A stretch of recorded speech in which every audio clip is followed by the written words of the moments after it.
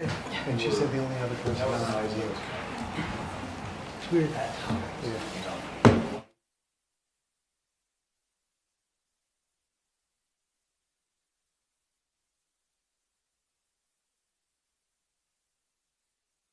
To the Durham Town Council meeting for April 6, 2026. Let's have a roll call, starting with Councilor Grant. Heather Grant. Robin Vogt. M. Friedrichs. I'm Todd Zelig, the administrator. Joe Friedman. Darrell Ford. Mike Lehrman. Jim Lawson. Cardin Welsh. All right.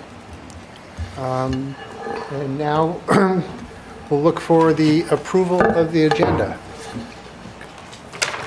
So moved. Second. Is there any debate? Show of hands on approval for the agenda? It being unanimous, the agenda is approved.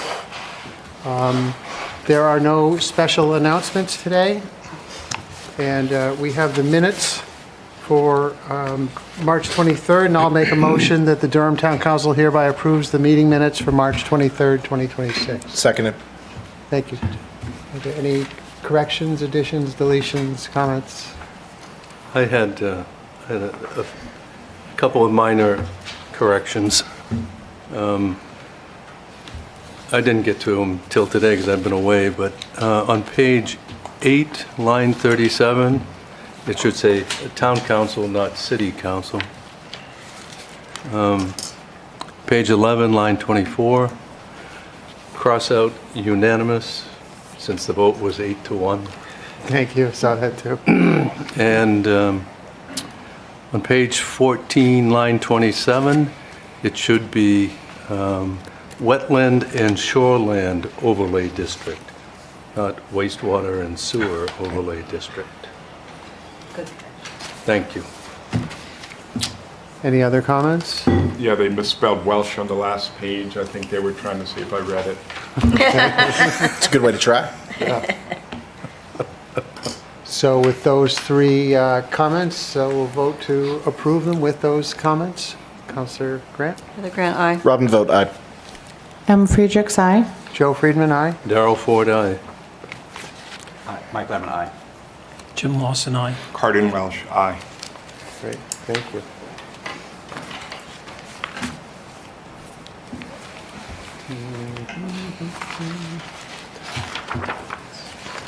Getting straight here.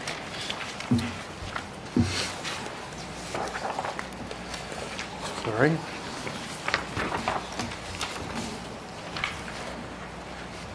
Is Deba here? Hello, Deba. Deba Ajamian from the University of New Hampshire, the Student External Affairs representative for us. Hello. Welcome. Thank you. Congrats on your new positions. Just to introduce myself, because I haven't had the pleasure of meeting you guys before, I'm Deba Ajamian. I'm the External Affairs Chairperson of the UNH Undergraduate Student Senate. And I just give little updates from the university. I don't have much going, just a little update about the survey we were doing on HB 1793. That was the campus carry bill. So we've conducted that survey and we've concluded, I'm not sure if you guys have seen in the news, but that a large majority of students are opposed to the campus carry bill. And so the action we're taking is we're going to be passing a resolution pretty soon. I think this Sunday, actually.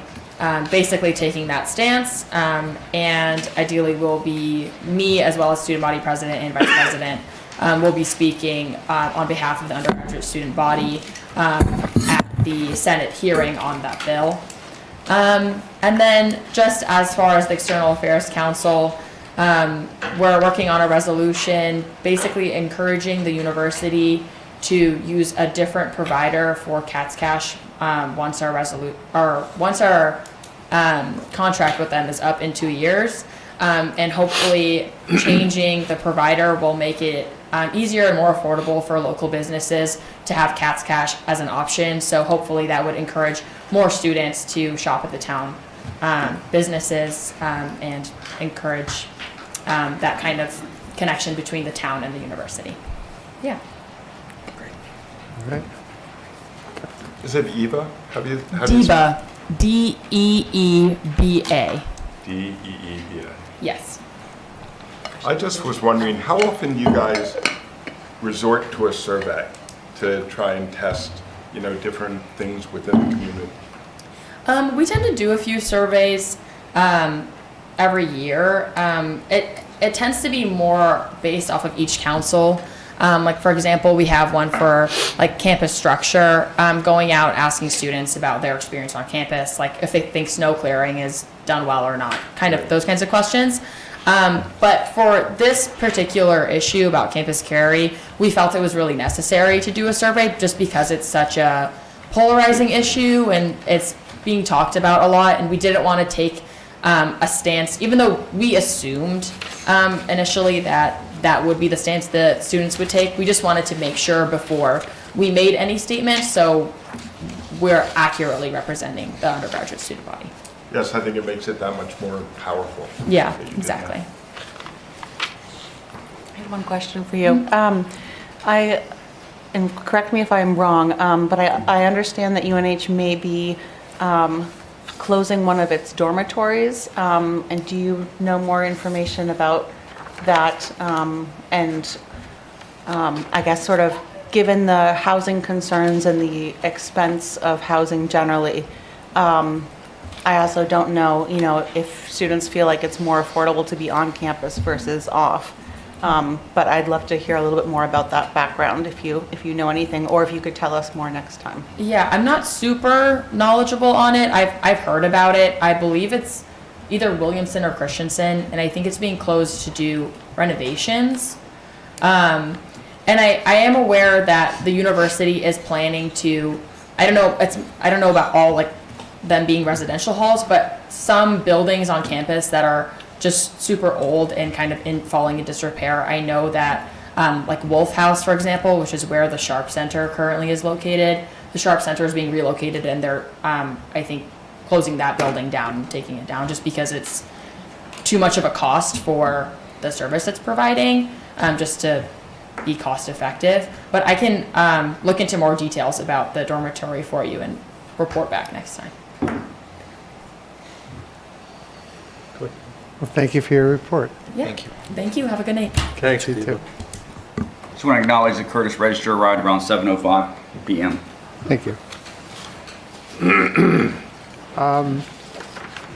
And now we have public comments. Please state your name and address before speaking, and you will have 5 minutes to make your comments. Would anybody like to speak? Good evening. A couple of meetings ago, Yep. Can you please introduce your name and address? Bill Thanks. Hall, Durham. There are a couple of comments made about Todd being a tyrant, and I have another example for you. I have several, but one of the best I can give to you is some years ago, we were having trouble in Durham Point with power because the power company was not allowed to cut down there. So they came to the planning board, as the state statute says, because it's a scenic road, and made a request to cut. So they had a hearing, and Ted McNitt and myself, I take care of his household, 15 years, I take care of it during the winter. And I know Craig Seymour and others came in and backed that proposal. I get tired of losing power. And so I think we went to 3 meetings. People came out of the audience and backed it. And you've got a unanimous vote out of the planning board. Okay, now the state statutes are there to be so that this organization is productive, responsible, and you know what to expect. You don't make stuff up as you go along. So the power company started cutting on Durham Point Road, and they got as far as the top of the first hill, and a woman came by and started yelling at them. The next thing we know, they were told they got a call over their radio to go home and stop cutting. Well, apparently, someone had complained to Todd, and Todd had decided to countervene the decision of the planning board and stop them from cutting. He doesn't have a right to do that. As you pointed out, Curtis, he's an administrator. He's not a mayor, he's not a city manager. And so before we could get that straightened out, it took a couple of years of coming and complaining because the council didn't have the backbone to say, no, you had the hearing, the vote, whatnot, and the town administrator's got to stay out of it. He doesn't have a role at that point, period. So the first thing that happened, we had a bad storm, and right where they stopped cutting, that came down. Took out the power, blocked the road, they got one lane open. Ted McNitt had to hand start his generator to flush for a week. We had a second storm. They cut that first plot where they left off of cutting the first time. The second storm was the next pole. And Durham Point Road is now one lane for a week. We're at the end, as Carden noted, we seem to be at the end of getting repairs. Yeah, you don't cooperate with the power company, you go to the bottom of the list. So Ted ended up, that was the second week, and I remember one person, the Boy Scout, got up and came to the podium and said, yeah, our power went out, we tried to go to Durham, we couldn't, tried to go to Newmarket, we couldn't, and we got it cut. So eventually we got that changed, we cut, and as I said, Ted didn't have power when he was there for 20 days, 19 or 20 days till we got that straightened out. Since then, it hasn't been a problem. So that was a lot of angst with the power company, with Ted, with other people on Durham Point, all because of malfeasance of the town administration.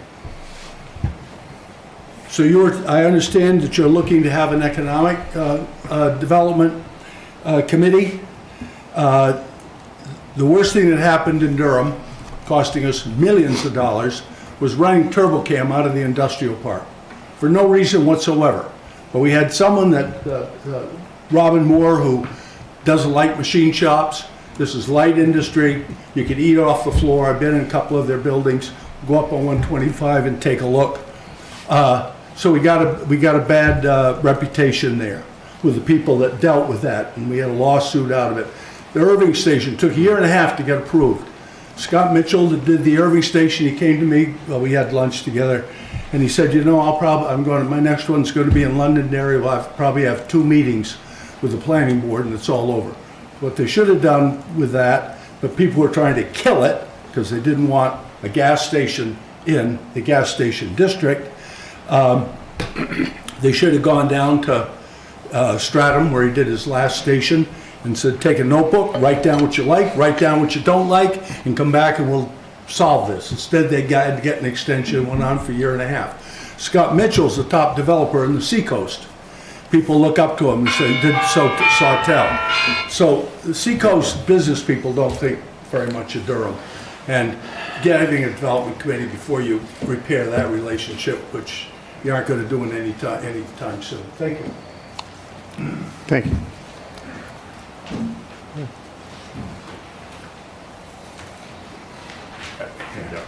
Okay, pass it through. Yeah, man. They, I'll wait. Because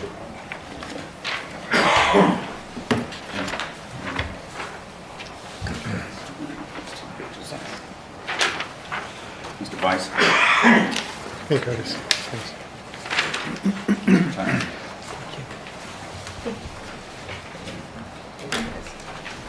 Thank you, Patrick. Yes, ma'am. You put the extra right here? Sure. Thank you.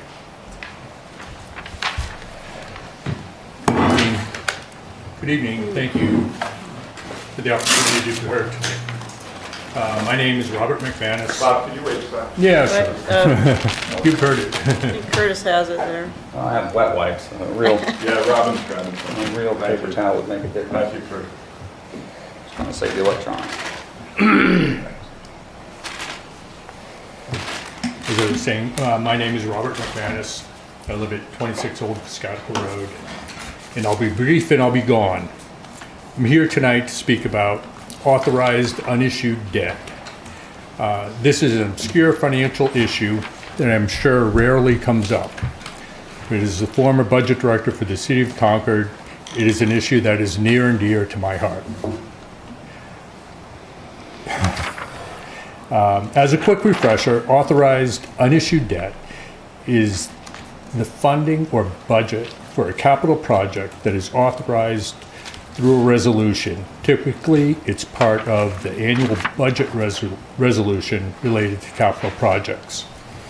Unlike the annual operating budget, capital authorizations remain in place until rescinded, meaning once authorized, the project can proceed at any time.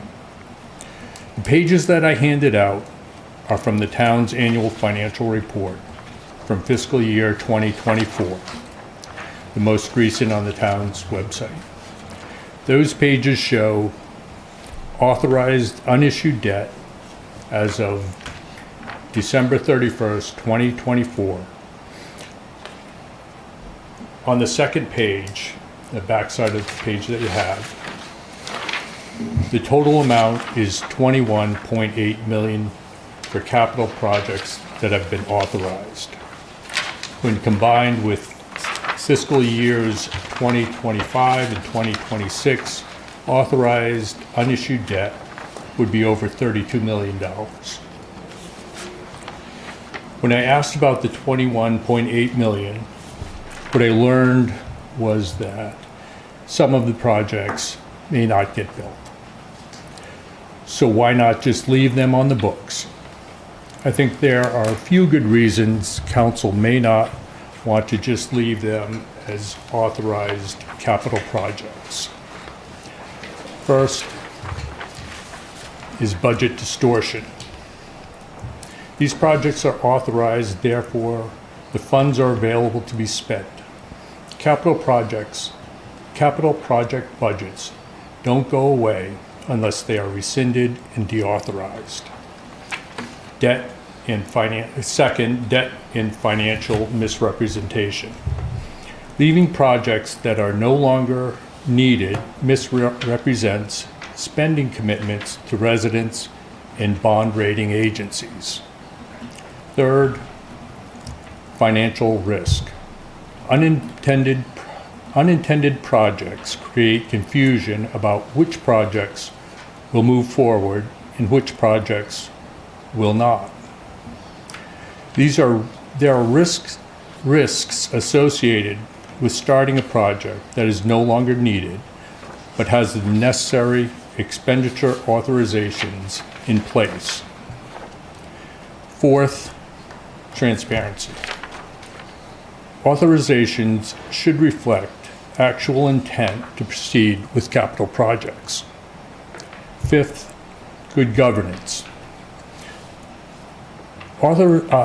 Rescinding authorizations that the governing body no longer intends to be built is a best practice in a municipality. Governing bodies should be clear in their direction of their intentions to proceed with projects. In closing, I'm encouraging the council to rescind and deauthorize capital projects that are no longer needed. I believe this can be accomplished through a resolution that identifies, rescinds, and deauthorizes the projects. Thank you. Thank you. Could you provide what you've written to the administrator? Sure. And the administrator, I can email. could you distribute what he provided this evening? Yes. Yep.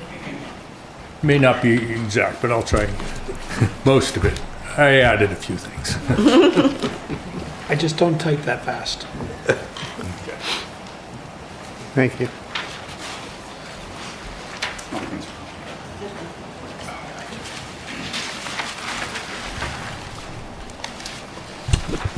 Jeff Erlin, 3 College Drive. I'm going to talk quick because I think it goes right up to the 5 minutes. But I want to discuss the last meeting and some of the public comments that were made, as well as discussion that occurred after that and since then, emails I have exchanged with the administrator and chairs of the planning board and town council. I start with my closest neighbor, Mr. Richmond's comments. Mr. Richmond acknowledged that I only want to build multifamily property at 10 Cowell, but he was concerned of the possible commercial use in Churchill. He then proposed for this new town council to act think anew and act anew. He proposed a new zoning category that allows multifamily but precluded commercial development. Tom Bevington at 25 Park Court was in favor of the redevelopment of 10 Cowell Drive. He understood the goal of the planning board, the dilemma that they had, and was in support of the idea. He was concerned with the possibility of commercial use. He proposed sending it back to the planning board to look at an overlay district for a higher density multifamily. Julian Smith got up and spoke about, amongst other things, the positive aspect of the residential uses in the Churchill zone. After those public comments and some generally opposed to my redevelopment as a whole, this board then went on to deliberate the issue. After a little clarification between Paul and Mr. Lawson, Councillor Welsh raised a concern that the rezoning to Churchill alone was putting the cart before the horse. Without the accompanying dimensional standards, the rezoning by itself only permitted me 3 units, and that it would be difficult to decide on the rezoning without knowing what those density requirements would ultimately look like. I want to respectfully challenge that framing tonight because I think it overlooked an important fact. This council would have retained full authority to vote on the final dimensional requirements after any rezoning, and you would have had complete control over the dimensions no matter what the planning board proposed. There was no risk of me moving forward under the existing standards. The rezoning would have been a good faith gesture, and both boards continuing to collaborate on the dimensional requirements. I raise this not to relitigate the vote, but because it speaks to a broader pattern I want to address tonight, one where reasonable collaborative steps forward are getting treated as premature when the tools to manage them responsibly were already in place or stalled after directive was already given. What I heard from you on March 23rd was desire to see a broader, high-density multifamily overlay framework for the downtown adjacent area alongside any rezoning. As I have seen the planning board deliberate an amendment written by a private citizen just last week, I drafted a proposal for a more detailed look at my area of the downtown adjacent. The attainable infill residential only district, I called it, or ARROW. I sent it to Todd and Michael. Though I and this council may have disagreements as to the approach, i.e. a comprehensive overlook versus an area by area adoption, I do think we had some broad agreements that don't seem to be interpreted the same way by the administrators. Administrator Selig wrote in response to that any comments I may have heard from individual council members at the last meeting should be understood in the context of that specific proposal rather than as direction from the board as a whole to move forward in the near term with a new district or overlay. He further indicated that he personally does not plan to spend additional time on this matter. I have to respectfully but firmly push back on that. The deliberation on March 23rd was not a collective of individuals' offhand remarks. It was substantive, collective conversation that directly shaped the direction this board gave. On the question of timeline, I would remind the council of the words of your own chair, Councillor Friedman, who said at 9:15 p.m. that evening with respect to the creation of the overlay zone, and I quote, "to not wait forever, but get it going." Planning Board Chairman Paul Rasmussen also confirmed in writing in those emails that he recalls this council directing the planning board to create a new zone permitting high-density multi-unit residential without commercial uses. The town planner responded that he does not see value in such a zone and that other priorities take precedence. That may be his opinion, but whether this is a priority of Durham is a question that belongs to this elected council, not to the planner. I also want to speak briefly as to why this matters beyond this parcel, this zone that we're talking about. Ironically, the same day I exchanged those emails with Todd and Michael, Wildcat Pizza announced its doors would be closing for good. That's a business that is over 50 years old. Separate of that, Durham's downtown has been locked in a cycle of businesses opening, barely surviving a few years, and then closing. That pattern does not change without people actively living downtown year-round, a residential critical mass that sustains businesses beyond an academic calendar, and creates true community where people want to live, work, play, and visit. High-density infill residential in the downtown adjacent area is how you get there. I hope you guys can clarify what direction you gave the planning board last meeting on this subject, and I'd also like to see clarification on if you think 10 Cowell belongs in those zones. Thank you. Thank you.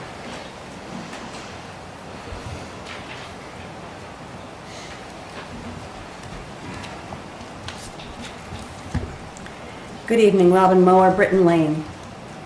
Later tonight, you will be discussing planning board priorities as requested by the board chair and a list included in the council packet. 2 items are urgent.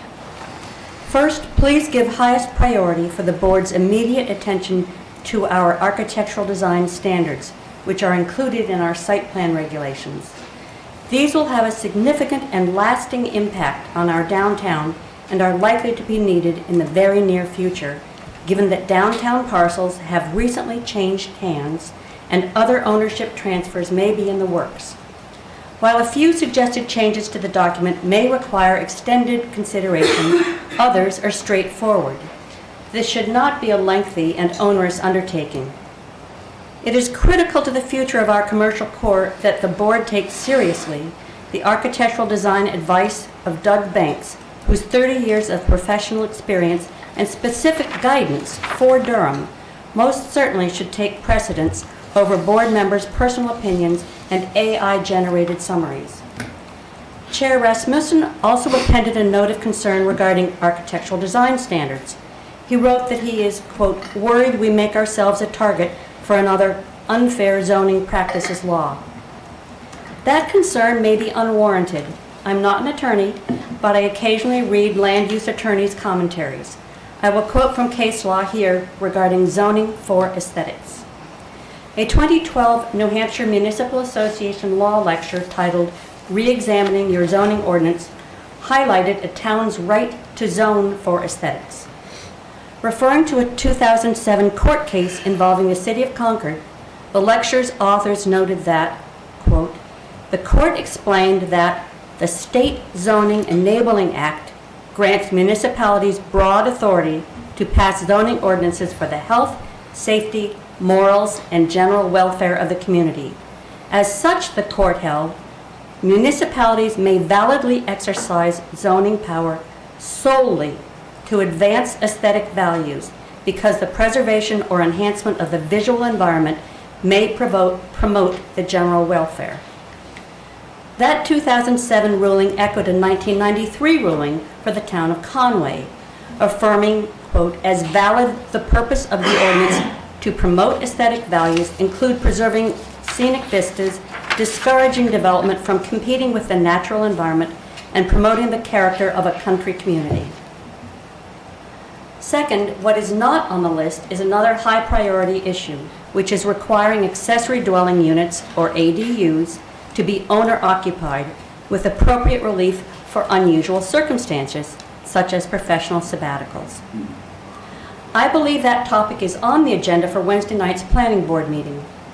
The reason it should receive near-term attention is that we are, appropriately, encouraging more ADUs within family neighborhoods. If we do not require owner occupancy, history teaches us that consequences can be disruption to neighbors. Some councilors and planning board members have not lived through periods when such a requirement would have helped fend off great distress. Some do not live in areas where they would be touched by unrestricted rowdy behavior. The last decade has been relatively quiet in our neighborhoods, and that only in part due to COVID. But it would take little to upset the apple cart once more. Speaking of apples, it only takes a small number of bad apples to spread rot. Another advantage of owner occupancy for ADUs, it could reasonably be seen to be protective of owners' property. Just as we require owner occupancy for short-term rentals, we should not stick our heads in the sand or go all Pollyanna-like to pretend that all will always go well when the cat's away. Finally, the New Hampshire Senate Judiciary Committee will hold a public hearing on House Bill 1793 next Tuesday, April 14, at 1:45 p.m. Please register your opposition to this proposal, and I'm speaking to the broader community if anyone's listening, because I know the council has already adopted a resolution. Please register your opposition to this proposal to allow unrestricted access to weapons on New Hampshire's public college campuses. You can even do so remotely. Go to gc.nh.gov, scroll down to Meeting Resources, and choose Senate Remote Sign-In. To repeat, the hearing is with the Senate Judiciary Committee on April 14, and the bill number is HB 1793. You cannot submit testimony there, but you can email the Senate Committee directly. Thank you.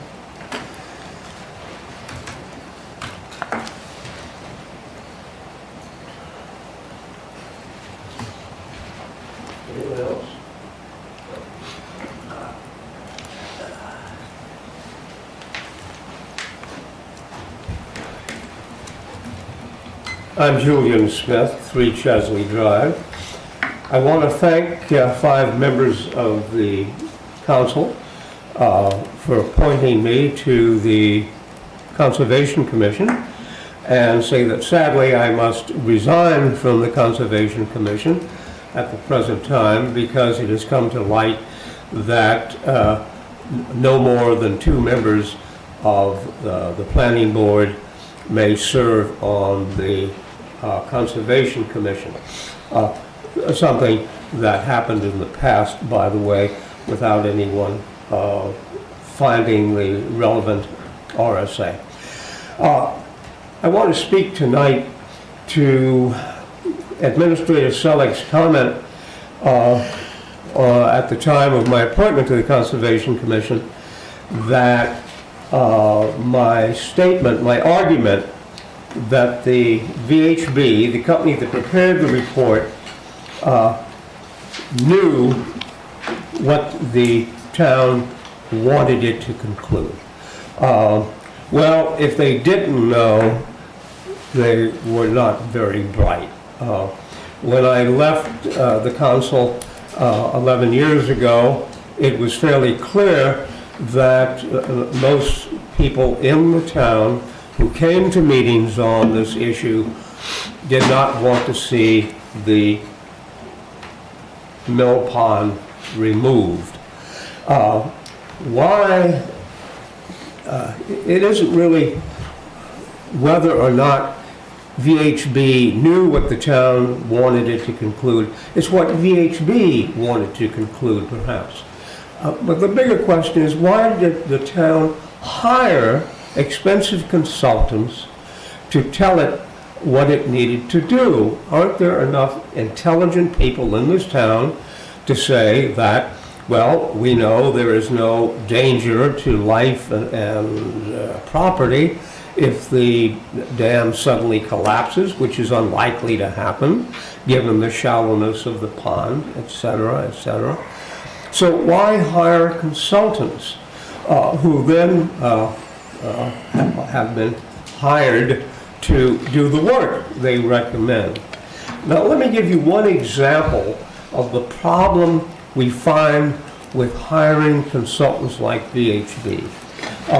You may remember the last time I spoke, I said, will there be any kind of public hearing or public meeting having to do with the closure of Mill Pond Road for an unspecified length of time while muck is hauled out of, trucked out of the mill pond and allowed to dry out in preparation for being hauled away. We don't know how long it's going to be closed.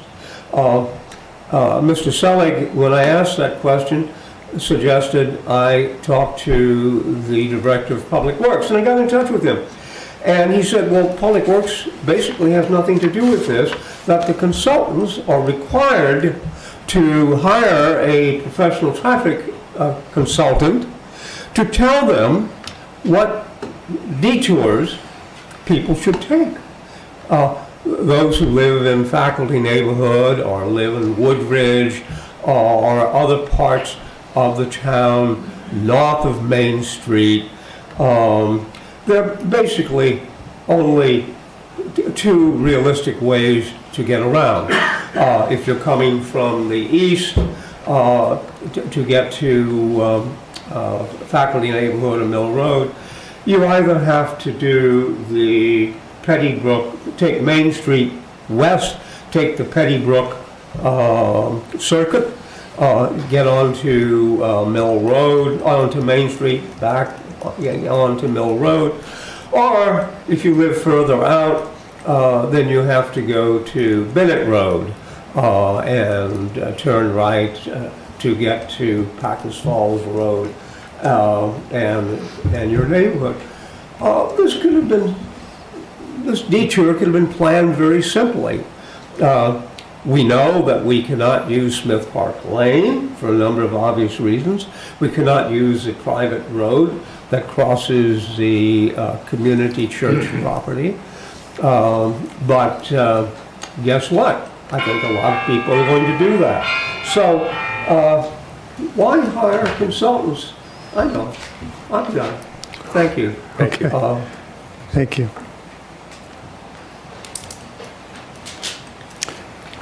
Would anybody else like to speak? All right. We now have the unanimous consent agenda, and we understand that we're going to pull item number 9D to talk about separately. Does anybody want to pull any of the other items?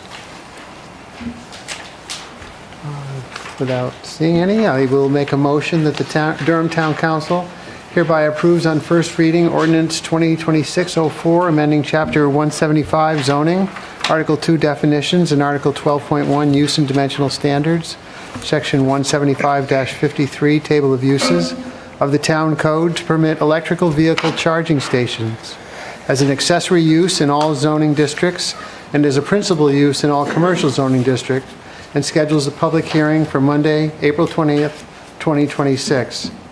And the Durham Town Council does hereby adopt Resolution 2026-05, authorizing the acceptance and expenditure of unanticipated revenues through donations and grants in the amount of $70,360.02. And the Durham Town Council does hereby, upon recommendation of the administrator, approve a special event permit application submitted by Durham Parks and Recreation to close certain sections of town roads for a Memorial Day ceremony to be held on Monday, May 25th, 2026. And it being unanimous consent agenda, we will go ahead and vote. Councilor Register. Curtis Register, aye. Cardin Welsh, aye. Jim Lawson, aye. Mike Clement, aye. Darrell Ford, aye. Joe Friedman, aye. Friedrichs, aye. Robin vote aye. Heather Grant, aye. Thank you. It's eight in favor, one opposed.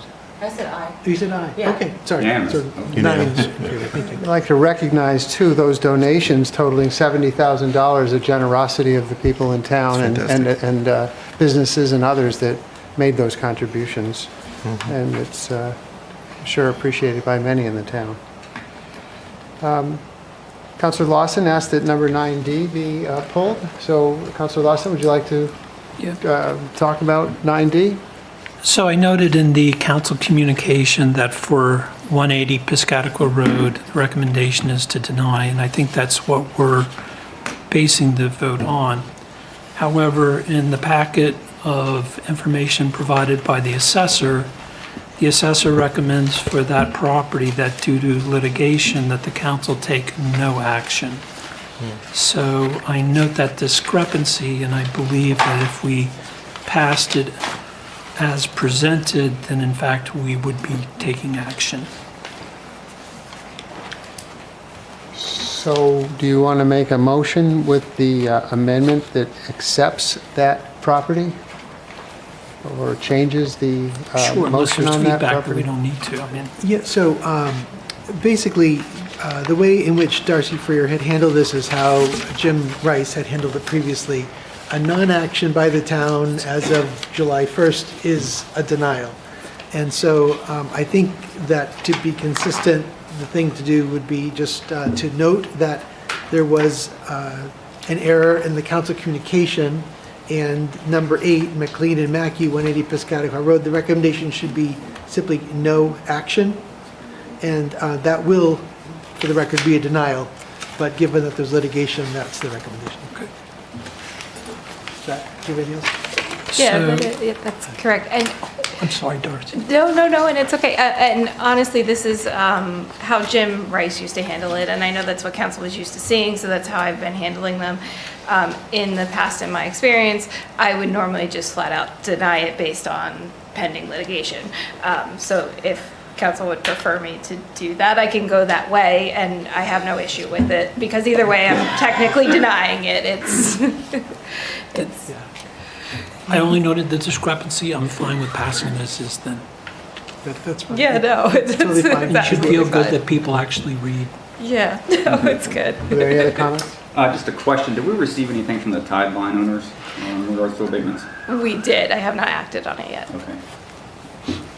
Any other comments? I'll make a motion then that the Durham Town Council hereby, upon recommendation to the administrator, approve fiscal year 2026 property tax abatement recommendations of the assessor at the local level and for outstanding appeals before the Board of Tax and Land Appeals, BTLA, or New Hampshire Superior Court totaling $14,258, and note that the property described in number 8 of the council communication will be no action as opposed to denying it. Is there a second? Second. I thought we agreed to deny it. Yeah. Jim's right. In the end, we decided to deny it. I'm sorry, I missed that. Then, as accepted by the fact that number 8 in the packet will be denied. Second that. Second? Any other conversation about that? Councilor Grant? Linda Grant, aye. Robin vote aye. M. Friedrichs, aye. Joe Friedman, aye. I'd like to recuse myself from this. Four of the people that are dealt with here are my close neighbors, and I just as soon avoid any. That's enough. I'll just recuse myself. Sure. Mike Clement, aye. Jim Lawson, aye. Carden Welsh, aye. Curtis Register, aye. Thank you. Mr. Chair, if I could ask one question of the assessor, if that's okay? Sure. If individuals feel that they were denied and want to pursue the next level, who do they see and when by? So they can appeal to the BTLA or to Superior Court, not both. And those applications are done through those entities. And they have until September 1st of 2026. For folks like me, BTLA, what does that stand for? Board of Tax and Land Appeals. Thank you very much, Mr. Yeah, no problem. Joe. Any other comments? I'm going to request really quickly that Councilor Register and Councilor Welsh, please tuck their microphones a little bit closer to them, please. Thank you. They yelled at me for typing too loud last time. Certainly. Moderation in all things. Yeah. All right. So now we have the citizen committee appointments, and there are a number of them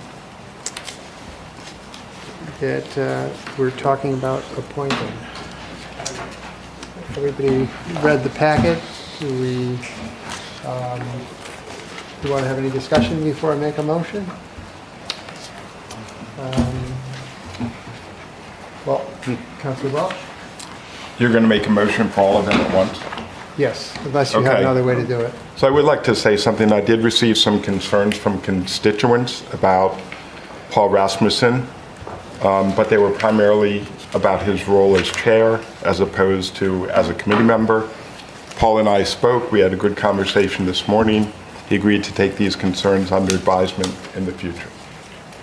Thank you. I'll also say, as part of the Parks and Rec Committee, that there is a vacant regular seat available, and there are 3 alternates available. We'd love for those to, anybody in the community that wants to join that, to come forward. Share something as well. I also received some concerns, particularly about Paul Rasmussen's reappointment to the planning board. Having worked with Paul, I really value the amount of time that he dedicates to different committees. I do think that the planning board, receives a lot of more controversial discussion, and it can have very real effects on people's future and their property. And I would just state, whether he becomes chair again or someone else becomes chair, that I think that in the past, when we used kind of a minute taker, I believe Councillor Chuck Hotchkiss served that role, and that was a very valuable thing to ensure that the public feels that they are being heard, because I think a big part of being chair, and I think that both Chair Friedman and Chair Pro Tem Councillor Ford have seen this, is that it's not just about completing the ordinances, but it's also about facilitating a community discussion and making sure that people feel that they are receiving a fair and unbiased at least hearing of their concerns within the setup of the meeting rules. And so whoever does chair the planning board, I know that we have some controversial topics again coming before us, and that I think it's really important that we take seriously the need to make sure that people feel listened and make sure that people feel that within the structure of a meeting, those limitations and those rules, that people do feel like they are receiving a fair and unbiased opportunity to speak before whatever committee they are speaking to.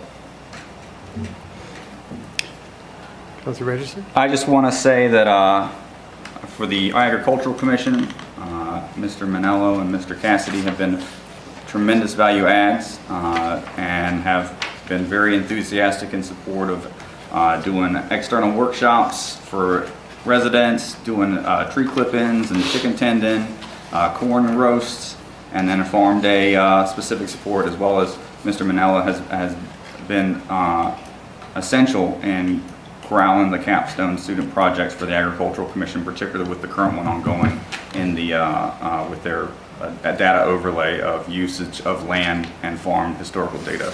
So I'm really excited to see them step up. While you were talking about the Parks and Rec, I also want to encourage folks to jump on Agricultural Commission. There's 2 vacant spots, and it's very low stakes. You don't have to have an abundance of knowledge. You just have to have a listening ear and a willingness to learn. And I had a fantastic time on the Agricultural Commission. I'm a pretty weird personality, and they embraced me with open arms, and it was a very positive, formative experience. So I hope folks that are watching at home put their name in the hat. And Mr. Rasmussen, I want to thank you very much for your service to the town. So I just want to note, if this slate is approved, we will have all 3 slots of the Stratford Regional Planning Commission from Durham filled. So Michael Lehrman, Curtis Register, and Paul Rasmussen. And Paul is, I believe, the chair of the commission. So it's great representation from Durham. All right. So I'm going to make a motion that the Durham Town Council hereby adopt a roster of citizen members to the various town boards, commissions, and committees and vacancies indicated as either reappointments or appointments as follows. Alberto Manalo, reappointment to the Agricultural Commission. Brian Cassidy, reappointment to the Agricultural Commission. Neil Slepian, reappointment to the Conservation Commission. Steve Moyer, reappointment as an alternate to the Conservation Commission. Matthias Dean Carpenter, a reappointment to the Energy Committee. Steve Holgram, a reappointment to the Energy Committee. Charlotte Hitchcock, reappointment to the Historic District Heritage Commission. Richard Belshaw, reappointment, I believe as chairman, to the Human Rights Commission, and Janet Perkins Howland, reappointment to the Human Rights Commission. Naomi Kornhauser, reappointment to IMAC, and Susan Richmond, reappointment to IMAC. 3 alternates for the Library Board of Trustees: Martha Goose, reappointment; Laura Mason, reappointment; and Joe Warzen, reappointment. On Parks and Recreation Committee, Linda Kuhn, moving from an alternate to a regular member. On the Planning Board, Paul Rasmussen, reappointment to chair, and Sally Tobias, reappointment. On the Stratford Regional Planning Commission, Michael Lehrman, reappointment, and Curtis Register, new appointment. Trustees of the trust funds, 2 alternates being reappointed, James Bubar and Victor Sosa. And to the Zoning Board of Adjustment, a reappointment of Mr. James Bubar to a regular member. Point of order, I don't believe that the town council ever chooses the chair of a committee. I think each committee chooses its chair, so we would just be reappointing folks as regular or alternate members. Yes. So you retract chair from the motion. Is there a second on the motion? Second. Second, okay. Any other conversation about it? Councilor Ford? Darrell Ford, aye. Mike Lerman, aye. Jim Lawson, aye. Cardin Welsh, aye. Curtis Register, aye. Heather Grant, aye. Robin Vogt, aye. M. Friedrichs, aye. Joe Friedman, aye. And thank you all citizens for stepping up and serving on these boards and commissions. Yeah, thank you very much. Thank you.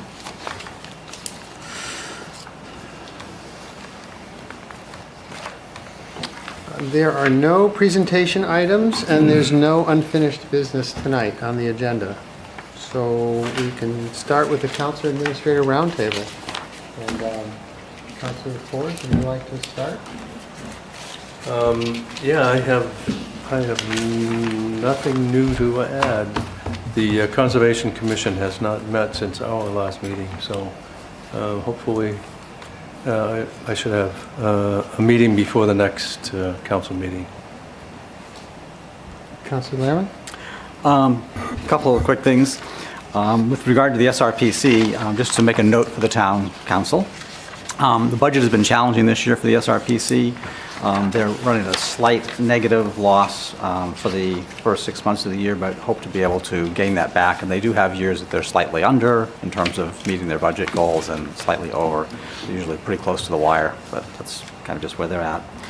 I did want to make a suggestion or bring up the topic, if this is the right time, in regard to the school board. I don't know, Todd, is this the right time for that or not? It absolutely is. Okay. Yeah, this is the roundtable. You can talk about whatever Okay. you like, actually. So I just want to make a suggestion. Okay. Just wanted to make a suggestion and an ask, I guess, if Administrator Selig could perhaps make an inquiry to the school board or the school superintendent to find out if they would give us an updated estimate of the impact of the results of the votes with regard to their budget and what that will mean for them in terms of their impact on the town this year for taxes. We had a calculation previously, assuming that everything passed as it was presented, which it was not, and there was a variation in there because there was an extra $500,000 added to the budget, which there's been some talk back and forth about what they will or they won't do with that, but I think it might be helpful with regard to the town council looking at the town portion of the budget to have a better knowledge base as to what the impacts will be from the school in terms of their budget on this current year's tax at the end of the year. If you could make that request for them. And just to make a comment on that same point as an update to a comment earlier with regard to the county budget. Last time I had mentioned that there was a default budget was passed, and then subsequent to the county delegation meeting at the last county commissioners meeting, which I believe was April 2nd, there had been a question raised of that in fact that the default budget for the county will be the budget as proposed by the commissioners.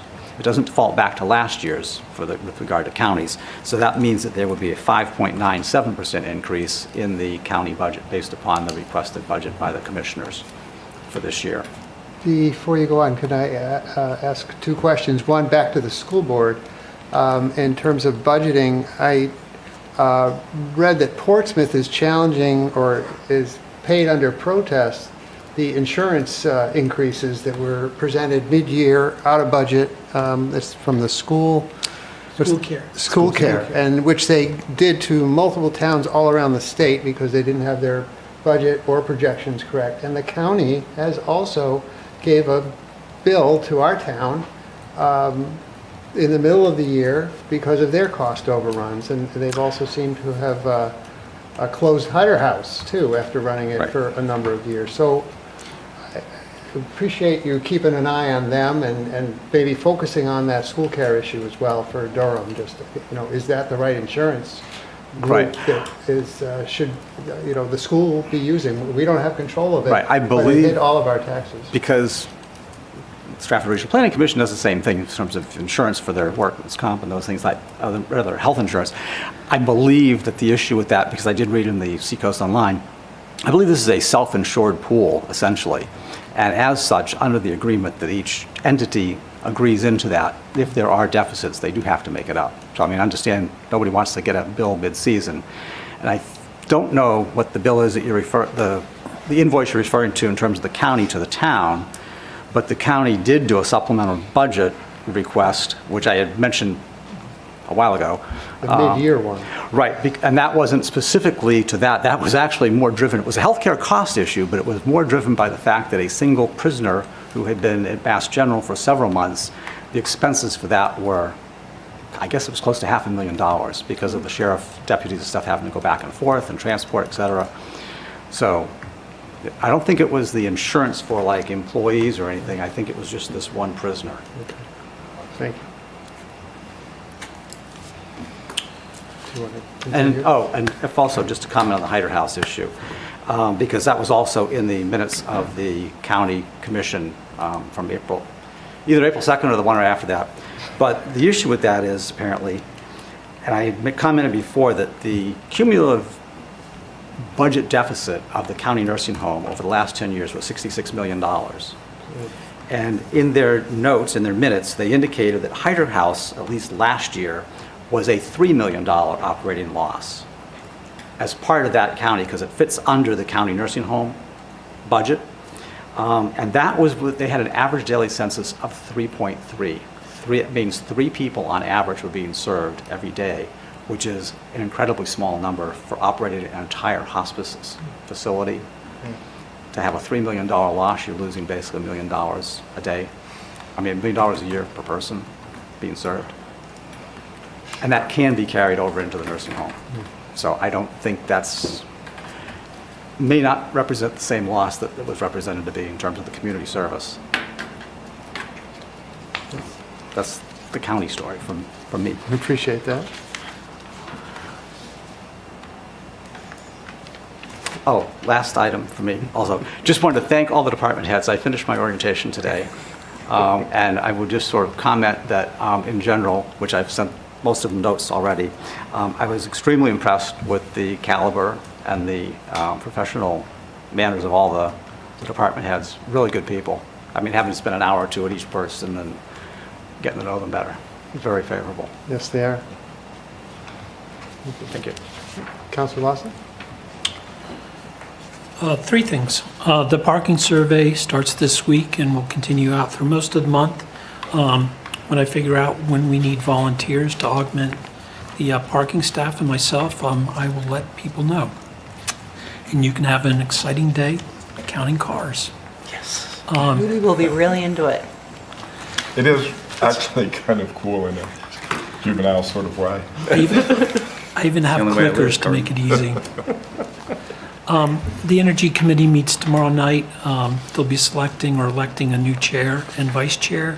And the most important thing, or largest thing on the agenda, is a presentation and discussion about CPACER, and then some updates on the infrared camera loan program, CPC&H, and the EV charger report, which I used to really enjoy. I just wanted to add one more thing. We heard about power on Durham Point. I do live off of Durham Point. It was Todd's help advocating for what's called spacer cable on Durham Point, and also for a redundant loop. And it was all combined into the Seacoast Reliability Project.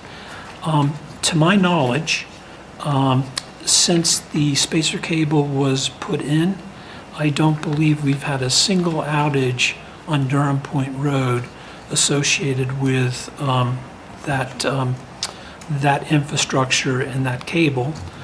We did have the road closed when the power cables actually were supporting a tree that came down, but they withstood it. So we heard criticisms, but I feel that it was Todd's help in advocating for that really improved things on Durham Point Road. Thank you.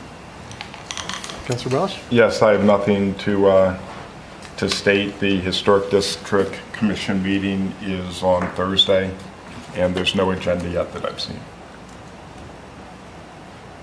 All right, for Oyster River Cooperative School District School Board, they last met 31 March. Matt Bacon was re-elected as chair. Heather Smith was elected vice chair. The Honorable Al Howland was installed as the moderator. They discussed several, it was a very tense meeting, I think, because of some of the dynamics between teachers, residents, and administrators within the district. Another aspect of this is the funding issue and the budgeting issue. It was brought up HB 1815, which is the bill that was signed into law last Friday afternoon, lowering the threshold and redefining what adequate funding is from the state of New Hampshire for public education.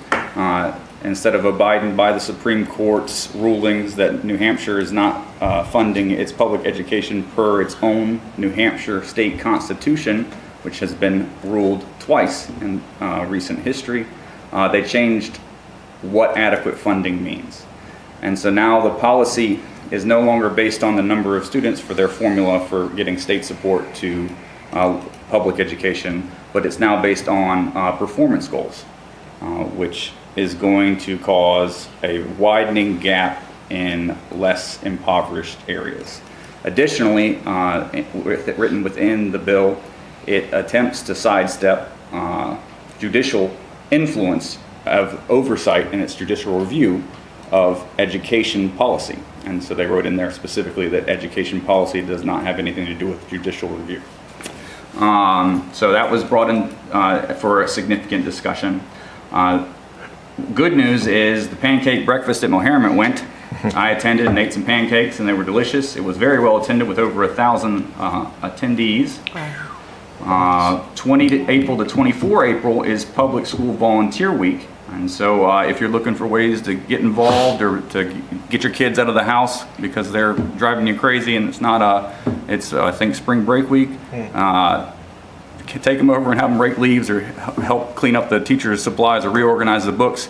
As a son of a career teacher, I spent plenty of extracurricular hours as the gopher for all types of teachers' needs, whether it was reorganizing their books or cutting shapes for their boards or decorations or whatever, and it's a very big help. A lot of the things that we take for granted that teachers provide are done on their own time, and they could use as much help as they could get. April 28th is School Bus Driver Appreciation Day. The registration for kindergarten starts on May 18th. Dr. Shapps' retirement letter was accepted by the school board. He is going to retire at the end of academic year 27, so not this June, but the following. Do you have any more insight? It seems like he just got here. He did just get here. There's a significant amount of resident pushback and teacher pushback to the agenda items that Dr. Shapps had on with the school district. And I believe that he is going to see one of his visions to fruition and step away for someone else to take the reins, as my understanding. This is a very unprofessional or unprompted opinion, but that's from what I'm seeing. He doesn't feel like he's the right fit for this district. And that's not to say that he hasn't served honorably in his capacity as a career educator and administrator. Their next meeting is going to be 15 April in the Oyster River Middle School's Morse Recital Hall. Unfortunately, I did not attend the IMAC meeting, my initial IMAC meeting, because my son gifted me with a fantastic super neurovirus. And so I spent most of my time with the porcelain god.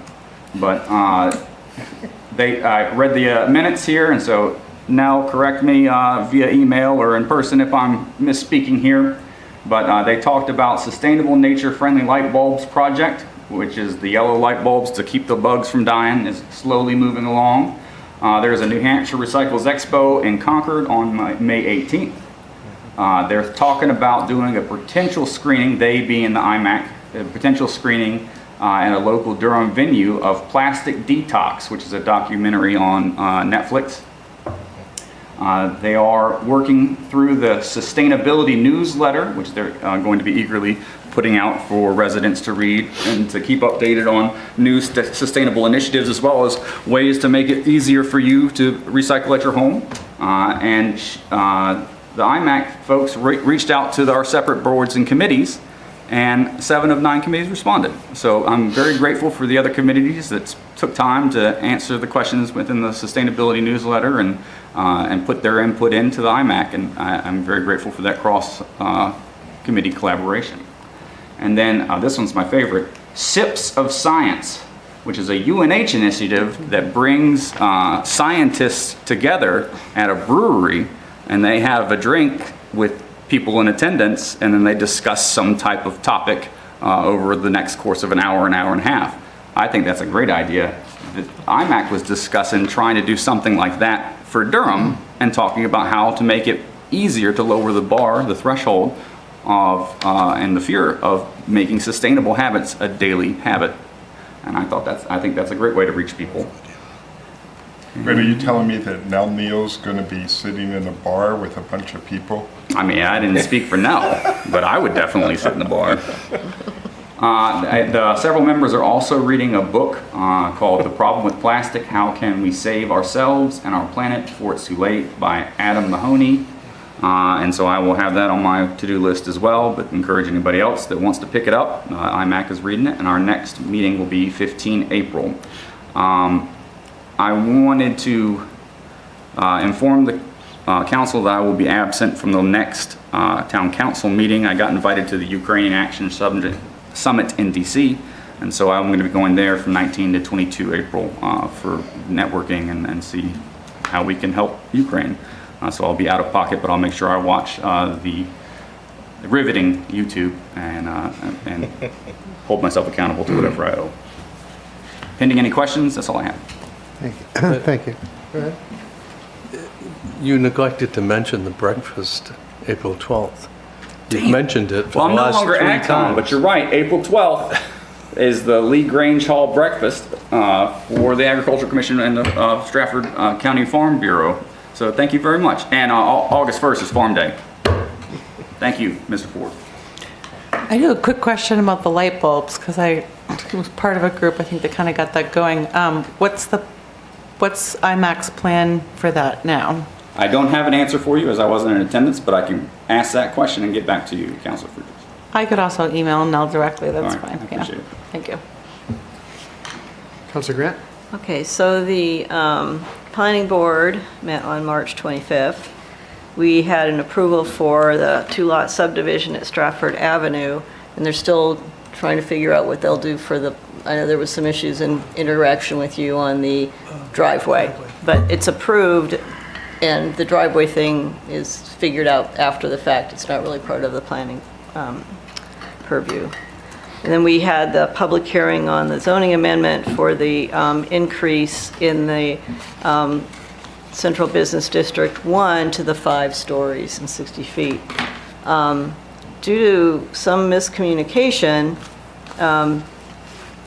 we had the public hearing on what was considered option C, and we, as a planning board, agreed that that wasn't, that we thought we were voting to have a public hearing on option A. So it was a little confusing. We communicated to the public that we had some sort of a misunderstanding, and even though they were having public comments for the option C, we wanted to let them know that in general, we felt that it was going to be voted down because we were not intending to have option C as the public hearing. We still had a very long public hearing on it. There's a lot of, passion revolving around on that topic, but it was then voted down, and we'll be back looking at it again and then reissuing another public hearing so that we can move forward on the request from the town council of making sure the 5 stories are in the area where we feel it is most appropriate. We were supposed to have a discussion on zoning amendments, but the meeting went too long and it was postponed. And we've had that happen a couple of times where we just don't have enough time to finish up some of these things that we'd like to get going with regards to zoning that was requested or suggested through the Housing Task Force. And let me see if there's anything else. I think that's it. And we have a planning board meeting on Wednesday. The Land Stewardship Subcommittee is going to be meeting on Wednesday morning at 8:30. I'm looking forward to my first meeting with the subcommittee. On the agenda for the day, the kiosk sign working group is going to be giving an update on the kiosks. There's some preliminary blueprints that have been submitted for what those kiosks will look like. After just having brief discussions, I think it's heading in the right direction. And the best part is it's looking like funding is going to come from a lot of donors and a lot of other folks on the outside in order to make it happen. So like Chair Friedman had said, there's a lot of great people in this community that are willing to step forward and contribute to the community, and I think we're going to hear a lot more about that on Wednesday. And I'm also looking forward to proposing 7 different logo concepts for the Stewardship Committee and the Conservation Commission as well, just to kind of give it a little bit of a rebrand and to see where that heads. And then the Human Rights Commission is slated to meet in mid-April. I don't have that date necessarily, but I can get that, and I'll report at our next meeting about it.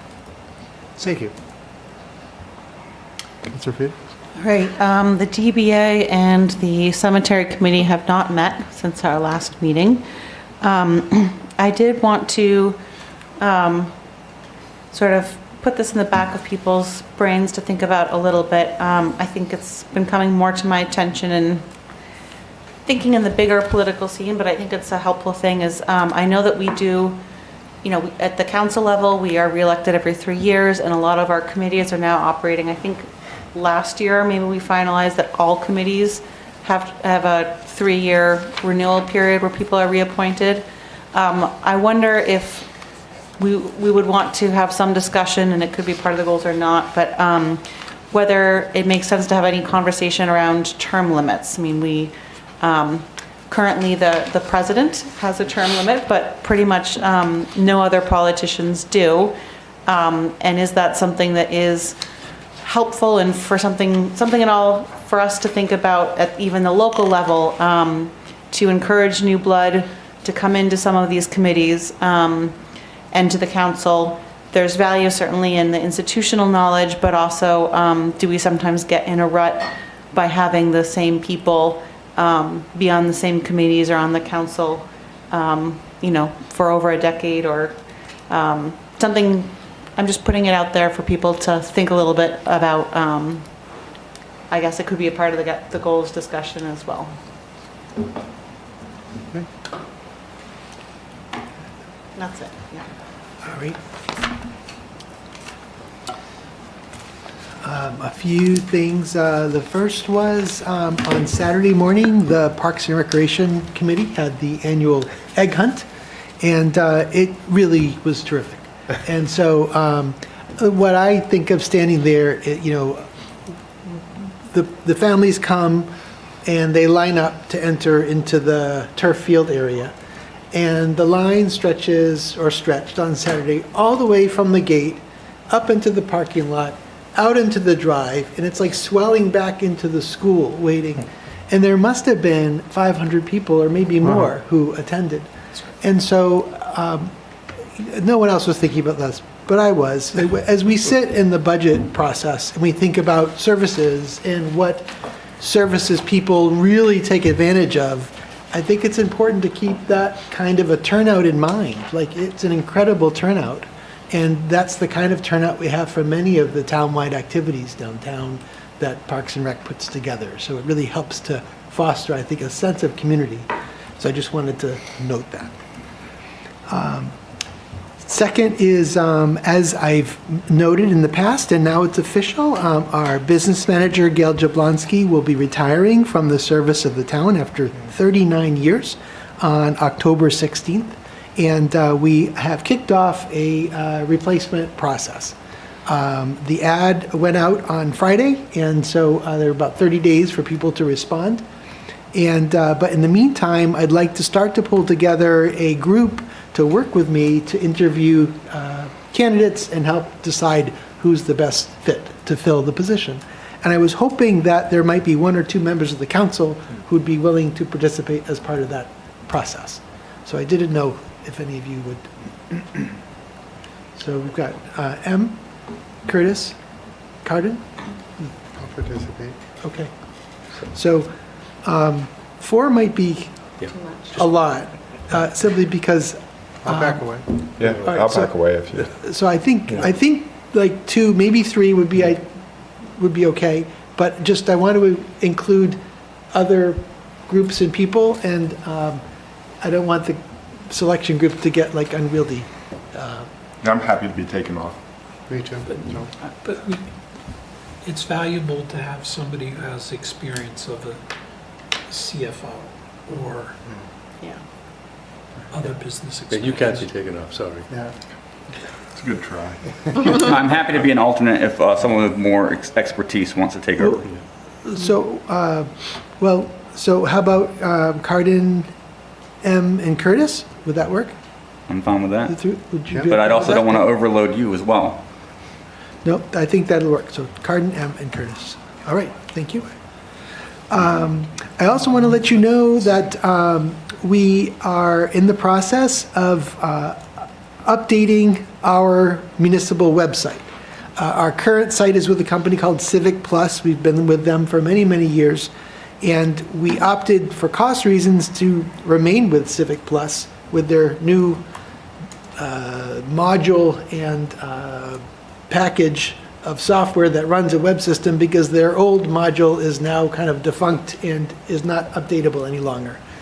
And so behind the old site that's still up and running, a new site is being developed, which we hope will look a lot like the old site, but better and easier to navigate, etc.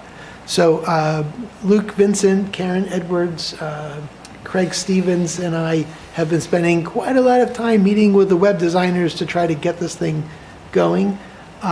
Some aspects of it, we hope it will have, and anticipated having, a chatbot feature that will launch a few weeks after the site itself launches, because it has to be trained apparently on the new site, and that takes a little time. And we also, a few years ago, had obtained a .gov authorization for both email and our website, and we're hopeful that this new website will transition to .gov, either when it opens or shortly thereafter. And then after that, we're hopeful all of our email addresses will transition to being .gov email addresses, rather than ci.durham.nh.us. .gov indicates it's an official governmental site that can be trusted. So that is taking place. And in addition, it's likely that we will be transitioning our Friday Updates iContact module to a software suite within the new website that we hope will work well. But that is a big question mark. We want to see how it actually works in practice before we make that commitment. But a lot is going on regarding the website behind the scenes right now. Next item, in terms of the Bickford Chesley House at Wagon Hill Farm, we've contracted with Arthur Thomas Properties to help us with marketing that site. He is sending his crew out. It was going to happen last week, but it's been delayed this Wednesday to do some LiDAR imaging of all the rooms, and that will get out on the advertisement list. And we have two local folks who've indicated interest as well, two different parties who've indicated interest. And the market rate, we believe, for the rent will be $2,350 per month. We believe that's around the rate. So that's how we're going to advertise it, at that rate. That excludes utilities? It includes, it excludes electricity, which runs heat and cooling. Water and sewer are included, because those are not metered separately from the rest of the property. The HB 1793 campus carry bill, as noted by a resident earlier, that will, a public hearing will be held by the Senate Judiciary Committee on Tuesday, April 14th at 1:45 p.m. And our police chief and I do plan to attend to deliver the council's resolution regarding this matter. Next item, the UNH Police Chief Stephen Lee had been on administrative leave, and we've been informed by the university that he has now resigned. And Captain Mark Colopy at the UNH Police Department has been serving as acting chief, and he will continue to serve as acting chief for the time being until arrangements are made for some other solution. So just to update you on that. And UNH has been in ongoing contact with myself and Rainey Kelly about sort of stability within the UNH Police Department, because that's a concern we have to make sure everything's good. Yeah, I just wanted to add a point of support for Captain Colby. I had a brief 15-minute conversation with the gentleman, and he presents very educated. He presents very calm and reasonable. He has a significant amount of credentials. I think he's a retired Dover police officer. Is that correct? Yes. And so I was very impressed by having my conversation with him. So, Great. And that's not always the case. Good, thank you. In terms of the Mill Pond dam removal, we did have quite a bit of information in the April 3rd Friday updates, but just to briefly summarize, we are planning to schedule a neighborhood meeting for May to talk about road closure, et cetera, duration. The time and location of that meeting will be announced soon. We're not quite there in terms of a firm schedule. A detour plan and partial closure plan will be put together. Let's see, the town recently signed on to the a memorandum of agreement between the U.S. Army Corps of Engineers and the New Hampshire Historic Preservation Office in terms of the Section 106 historic mitigation process. And this outlines the steps Durham has to take to essentially to preserve and commemorate the history of the site with the dam there. So it will be things such as tape recording the sound of the water running over the dam, having interpretive signage there that explains what's happening, retaining one of the gates and some of the works, and having a plan to retain those and preserve them going forward so people can see some of the structure of an Amberson Dam. We also need to prepare a documentary film about the dam. So all of those things will be in the works by Public Works and our consultants to help us accomplish all of it. But it's quite a lot that we're going to need to accomplish in terms of the historic mitigation. But we committed to being good stewards of the history. Is creating a movie, a documentary, a typical thing for a municipality to have to do? It really depends on the situation with structures like this. In Exeter, for example, they have, I'm not sure if they did a documentary, but they have a very interesting scenario where you can go into their library and stand at a certain spot and look through a window that has etchings on it. And if you look just right, the etchings line up with what the dam looked like from that perspective when the Great Dam of Exeter was still in place. So, unique and creative things are done for different sites. But on balance, we thought these were all sort of workable, not easy, but workable tasks to remember the history of the dam. And in terms of when it will be removed, that construction won't be able to take place until the completion of the fish run for the season, which is typically sometime in June, probably toward the end of June. And then a number of things would take place. There'll need to be a bypass channel constructed so that the Oyster River can make its way around the construction site. Damming and things have to take place, so there can be a construction zone behind the dam that's dewatered and workable. Then slowly a new, there'll be material removed and stored, some material on site and then trucked away. And then a new channel will be created, and then some stones will be put into and other technologies to keep that channel secure. And once all of that's in place, then the dam can start to be removed. But remember that construction zone needs to be protected not only from the fresh water coming downriver, but the salt water coming upriver. So it's going to be quite a process. But that's generally the timetable ahead of us. And how many months of construction all in? I don't know off the top of my head. I'm sorry. How far along are we in terms of the town planning for what its land, parkland that abuts the Mill Pond, what the plan will be for that? I feel like that maybe should be a discussion topic at the Land Stewardship Committee, potentially at Parks and Recreation, if that's not already underway, because the town owns the two pocket parks along the Mill Pond, and now suddenly that will be quite a bit more land. And we probably want to, I know that certainly mitigation of invasive species was a part of the conversation of the dam removal, but there may be some more consideration needed for what's going to happen with those parks. It's not on the Parks and Rec radar right now for them to be doing anything. If they are Currently, required we to. have park benches and it's mowed, but Yeah, I think the area that's currently parked now will be extended, like, the area, there's a lot of area that currently is either mudflat or impoundment that will be dry, and that mostly will be natural area, I believe, not necessarily maintained at this point in time. We had hoped to have sufficient outside grant monies to look at a fairly detailed boardwalk system that would allow people to cross over that sensitive area and observe the river running, but those grant funds have not all come through in the end.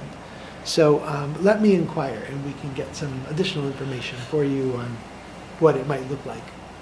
But it probably will be fairly natural. PrEP may have some ideas of, but I hope that the Land Stewardship Committee might discuss it. Yeah, I think once Todd has that information, it definitely could go to that way. You know, what's really cool about when we removed that dam on Baghdad, no invasives grew, you know, upside of the dam. It was all natural, which is really surprising given the area, but you know, some hope that that will happen with this one. All right, next, just a public service reminder, public health reminder that ticks are out. And so we have friends in Durham who've reported having ticks on them. So if you're going out in the woods, you know, please just be mindful and take precautions. Check yourself when you come in to get those ticks off. Everybody, any bears yet? Bears? Yeah, yes. I've been taking in my feeders at night, and we're told to this time of year. I don't know of any bears right now. People know of Lyme's disease, but I think the more important disease that we need to worry about is the red meat allergy that comes from ticks. So if you don't want to get the red meat allergy, take care of your ticks. From the Lone Star Check. That's right. Okay, another really interesting program. Diana Carroll, longtime resident, will be talking about the Milnes and their legacy on at the Durham Public Library, Tuesday, April 7th at 6:30 p.m. And Loris and Marjorie Milne were just really interesting fixtures in Durham. They were the keepers of the keepers of the swans at the mill pond for many years. They had an annual report to the annual town meeting. And if you go behind the Durham Public Library, there's some statuary honoring the Milnes, and you can see them there.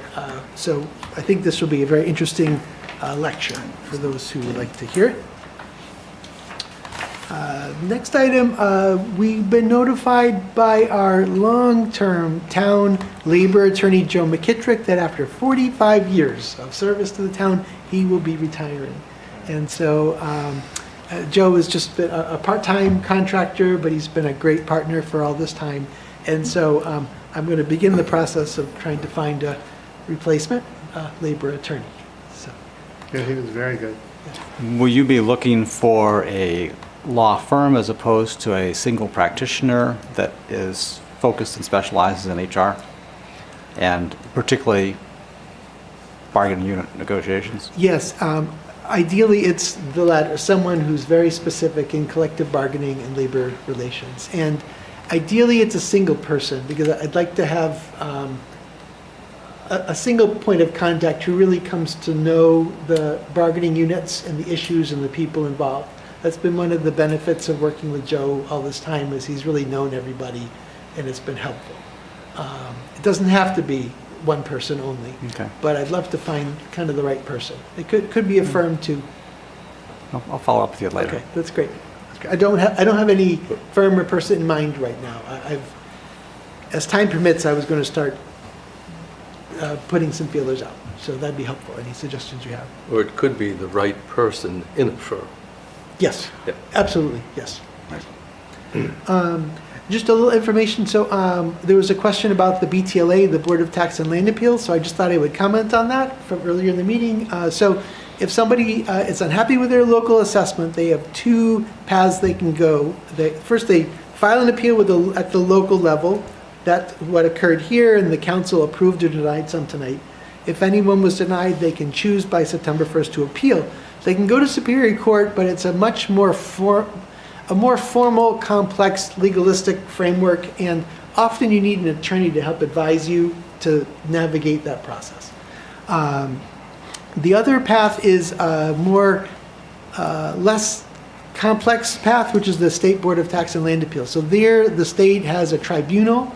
It's a quasi-judicial board with three, essentially, members sitting at a time, and they hear cases. They hear from the taxpayer, they hear from the community, they have experience in assessing practices and assessing laws in New Hampshire, and that group votes to approve, deny, or modify an assessment. And so it's just sort of an easier path for people. Sometimes people prefer that. Sometimes people, if they have the resources, will go to Superior Court. Eversource, for example, typically goes to Superior Court because they've got the resources. So there's not really a right or wrong answer. And their decision or the Superior Court's decision is appealable to the New Hampshire Supreme Court. But you can't go from the BTLA to the Superior Court. That's not how it works. Great feedback tonight from Mr. Robert McManus about bonds, notes, and unissued debt. I do want to note that as part of the annual audit, the business office does go through all of our unissued debt and annually provide me with a list of projects where they've determined after talking with the departments that there are no further plans to move forward with that project, or the project is just done. So it could be an account where we had, for example, $100,000 budgeted, the project only cost $80,000. We know there's no other component of the project, so we write off that residual $20,000. Or it could be a project that just has hung out there for a long, long time, but there's been no activity. Just to let you know, that does take place. But it's a great topic of conversation, and we can have more about it. The biggest topic that I've not written off is dating back to 2003, which was a referendum vote by the town to put money aside for land conservation. So we've carried that forward all these years. So hypothetically, if there was a piece of land that Durham wanted to act on, there is the authorization for that debt by the town, but the council would still have to vote to issue it. How much is left there, Todd? $880,000. So, anyhow, so just that's some information for you on that. And that would be new debt to the town. That'd be new debt, yeah. It's authorization that's not been acted upon, in essence. And a number of the items on this list from 24 have been now cleaned up, because I remember a number of them. We determined they were not moving forward. But anyway, we could look at that list, because there's always that list that we're tracking. I wanted to note as well, I thought the correspondence we received from Doug Banks today was very helpful in terms of building scale on Main Street, etc. So I hope everyone has a chance to review that. Let's see, Councilor Michael Lehrman had written today, just giving me a heads up about the question about the school and the county budgets. And I had a chance to act on some of it, but not all of it, because I was tied up with a bunch of things. But I did speak on the phone with Amy Ransom, who's the business manager for the school district, and I asked her whether we could get a firmer budget estimate on tax impact for Durham.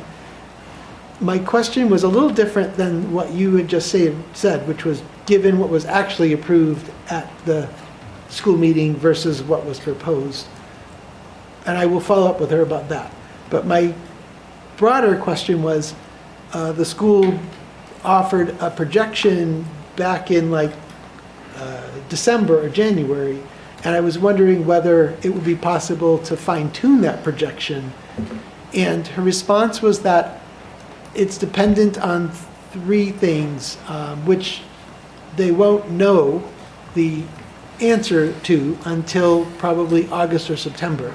And that includes the average daily membership for the ADM for the school, which they won't have till the end of the school year, basically. And it'll depend on revenues for the school, which they won't know for sure until they close out the fiscal year.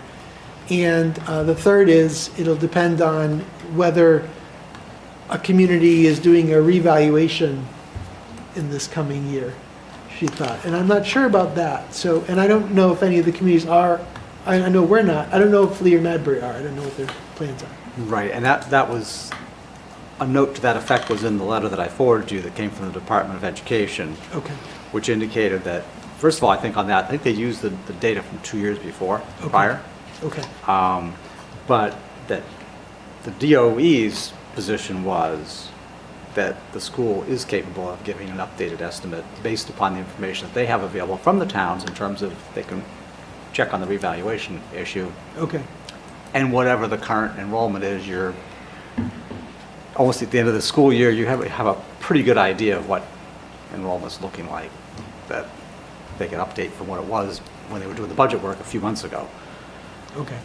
So I'll follow up with the school again in terms of the actual budget approved question, and I'll reach out to the county as well. And the subtlety in that was also in the fact that there was comment made in the minutes of one of their meetings, I believe, that the superintendent indicated that he did not intend to utilize the additional funds that were voted at the school public hearing when there was an additional $500,000 added to the budget by the public at that meeting. So what is their intention with that? Is that going to affect or not affect? But give us your best. Okay, thank you. So then, next topic is school care and school care. So school care is a pooled risk management organization. There are two different types. The terminology escapes me, but school care is one, health trust is another. Durham actually has three of our unionized groups here with health trust, and two of our groups are with school care. Health trust projects ahead.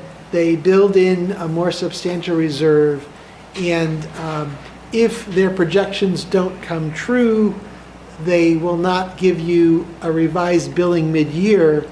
The truing up, so to speak, comes as part of the next rate-setting process. School care works a little bit differently. Very generally, they have a smaller reserve. They do their best to estimate usage, et cetera, and cost of the plans they're going to issue. But if they have a shortfall, they have the ability to reach out mid-cycle and ask for an additional contribution. And the communities that participate in school care are legally bound to do so.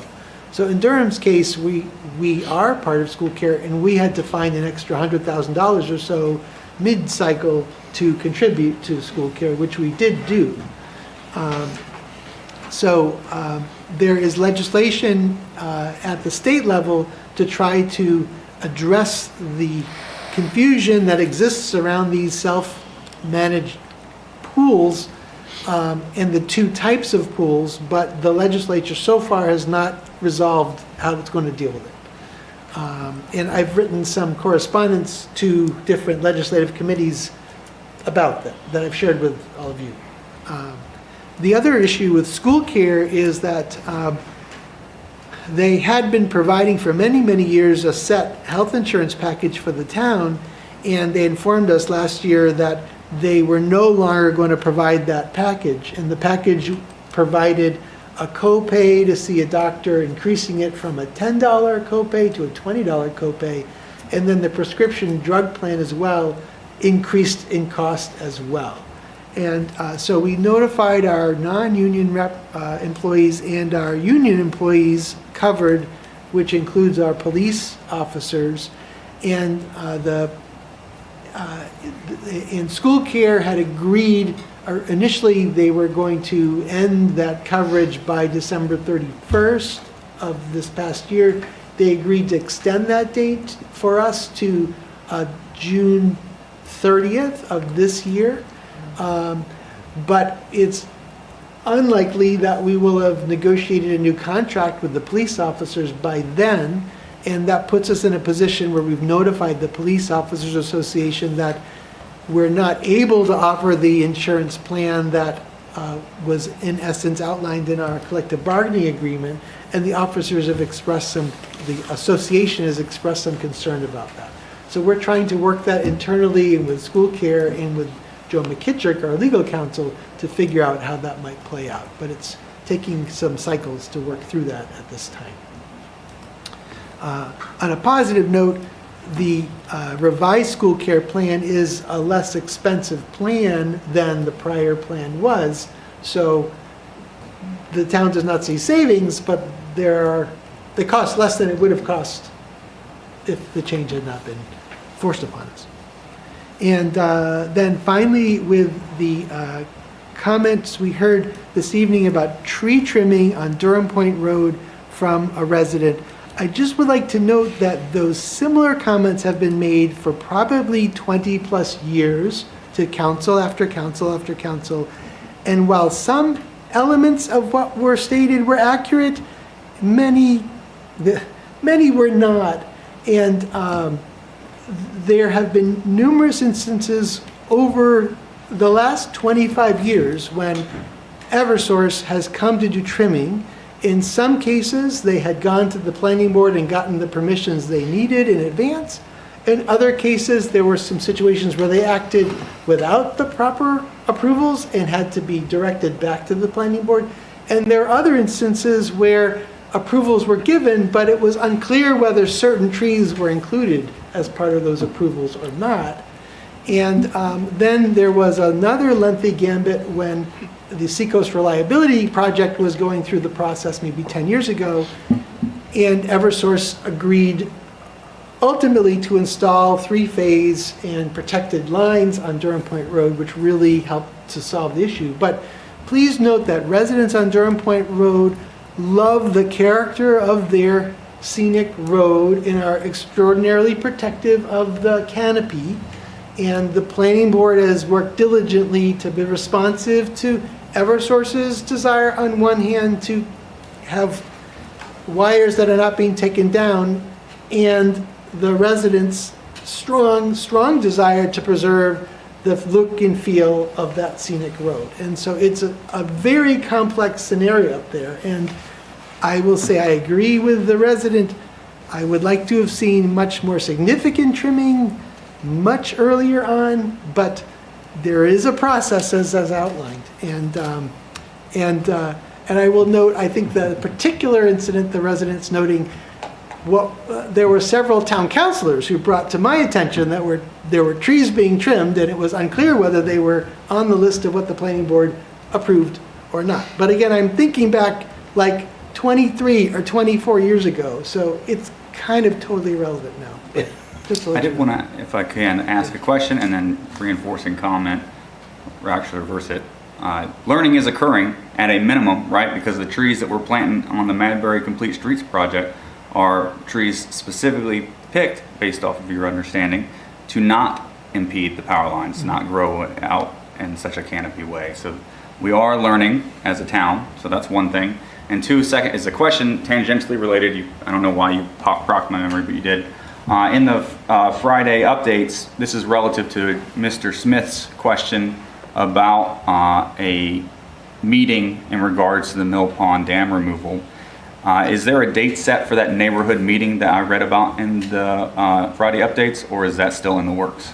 Still in the works. It'll be in May sometime, but it's still in the works. Understood. Yeah, the contractor that's going to do the work is responsible for developing the traffic management plan, and in due course, we'll get that, and we'll be able to let people know what it entails. Inform the It's just a little citizenry. early right now. Absolutely, thank you. That's all, thank you. All right, any other comments, questions? Okay, the Department of Parks and Rec met on March 24th, continued work on their strategic plan, including parks and trails, communication and engagement, and financial CIP, as well as continued work on their draft committee goals. I mentioned earlier, we're looking for a regular member and 3 alternates, if you know anybody that would like to serve on that committee. The next meeting will be at the end of the month, April 28th, and a chair and vice chair will need to be elected. Kathy Leach has been the longtime chair of that committee, and she has said she will be stepping down. So we're going to miss her and not sure what we're going to do. The Discover Durham Trails has an event on Friday, April 24th, Astronomy Night at Wagon Hill Farm, and that is from 7:30 to 9 p.m. And on Saturday, May 16th, 26th, there's a Bio Blitz as part of Discover Durham Trails at the Oyster River Forest. For the rink, we expect a report at our next Department of Parks and Rec meeting. The Tri-Region Economic Development stakeholders met on March 24th. It was a Zoom meeting, and there was a discussion of demographic trends and the economy with handouts and more information if anybody needs it. Probably as we work on economic development in the town, some of this information will be helpful. Their next meeting is on April 28th. The Durham Business Association will be meeting this Wednesday on April 8th. And the Strategy Committee for the Economic Development District, which is part of the Stratford Regional Planning District. This is for the Comprehensive Economic Development Plan for 2026 to 2030. And they had further review of their draft proposed lenses, themes, and goals. Their next meeting is on April 24th with a wrap-up meeting on May 29th. They did send out an email saying that as they develop the components of this comprehensive economic development strategy, quote, they're interested in including small features and call-outs from stakeholders throughout the region to highlight the relevance and importance of the different themes and lenses for economic development. They can be direct quotes or paraphrased dialogue boxes with a name and affiliation. So they're asking for any of those comments by Friday, April 10th, if Durham wants to include any of our ideas for economic development. And that is what I have for committee report. Mr. Chair, would you mind refreshing that last sentence about the economic? I did not catch the details. Yeah, they would like any kind of small features or call-outs from stakeholders, and Durham would be a stakeholder in the Economic Development District. Whether it's direct quotes, insights, or language that can be paraphrased. So if you got any quote, you want to say something, you want to submit it. I'll be presenting this to the Durham Business Association on Wednesday to see if they have anything they would like to add. But if anybody here has anything specific, it's part of SRPC. They're looking for that feedback. All right. Next item on the agenda is the discussion of Administrator's Progress Report as of March 31, 2026. On the list of approved 2025-26 Town Council goals that were adopted on June 16th. So, do you want to start? Mr. Zelling? So, well, I went through the list. We go through on a quarterly basis to sort of just touch in or check in on where things are. And so, and we distributed this to the different departments. And so you have the responses from them all and a number from me as well. And so this hopefully keeps you up to date on how things have been progressing. Some things have been completed, others are ongoing, many years, sort of multi-year efforts. So I didn't have more than that other than the list. Can I say, I was mentioned, the Arts Council was mentioned in the progress report, and I have pushed it to about as far as I'm going to push it, and I don't find any enthusiasm for it at this point. I do have some information about what Portsmouth and Dover and Exeter have done, and if anybody else would like to revive it, I'd be open to it. But that may go more towards if it should be included in the goals for this coming year. But just wanted to mention that on progress.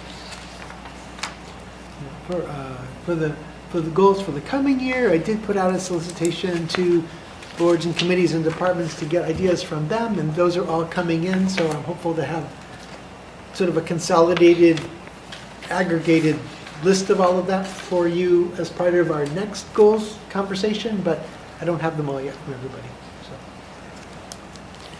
Joe, did you approach DPL or Riverwoods about the Arts Council? Just because I know both institutions have managed galleries and visiting artists, and I'm just wondering if they were some of the people that you reached out to. So I didn't reach out to anybody to become a member. I thought I'd start here to see if there was any enthusiasm for organizing it here first, and then reaching out to see who would be good members or who would participate.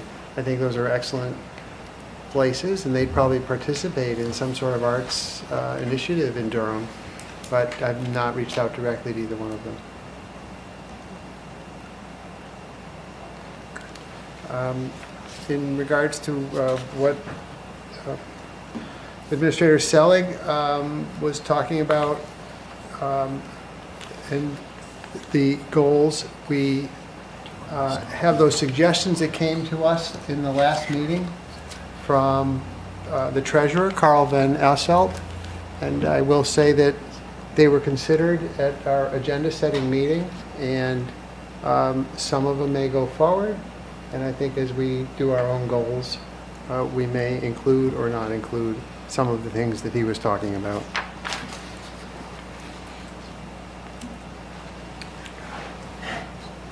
So that is A and B of the agenda. Is there any other comment or? Yeah. Can we Are you talk- asking for suggestions for goals for this year? For the next meeting. Is this for, are you goals for which? We're still talking quarterly of the current goal cycle, correct? No, we said A and B. Yeah, I think we started out just talking about A, and Yeah. then the chair just moved to B. I'm sorry. Understood. Okay. Did you want to talk about A some more? No, Was there sir. any comment about it? Does anybody want to talk about A some more besides what they read? Ask a question? With the comment under goal 2, indicated a discussion with regard to the fire department, 2A, update long-term feasibility and stuff. Discuss potential opportunity to seek alternative location campus for fire station and proposed renovation project, the scope of work for existing Durham, and sort of putting things on hold for the kitchen. Is that the status of that, or? Yes.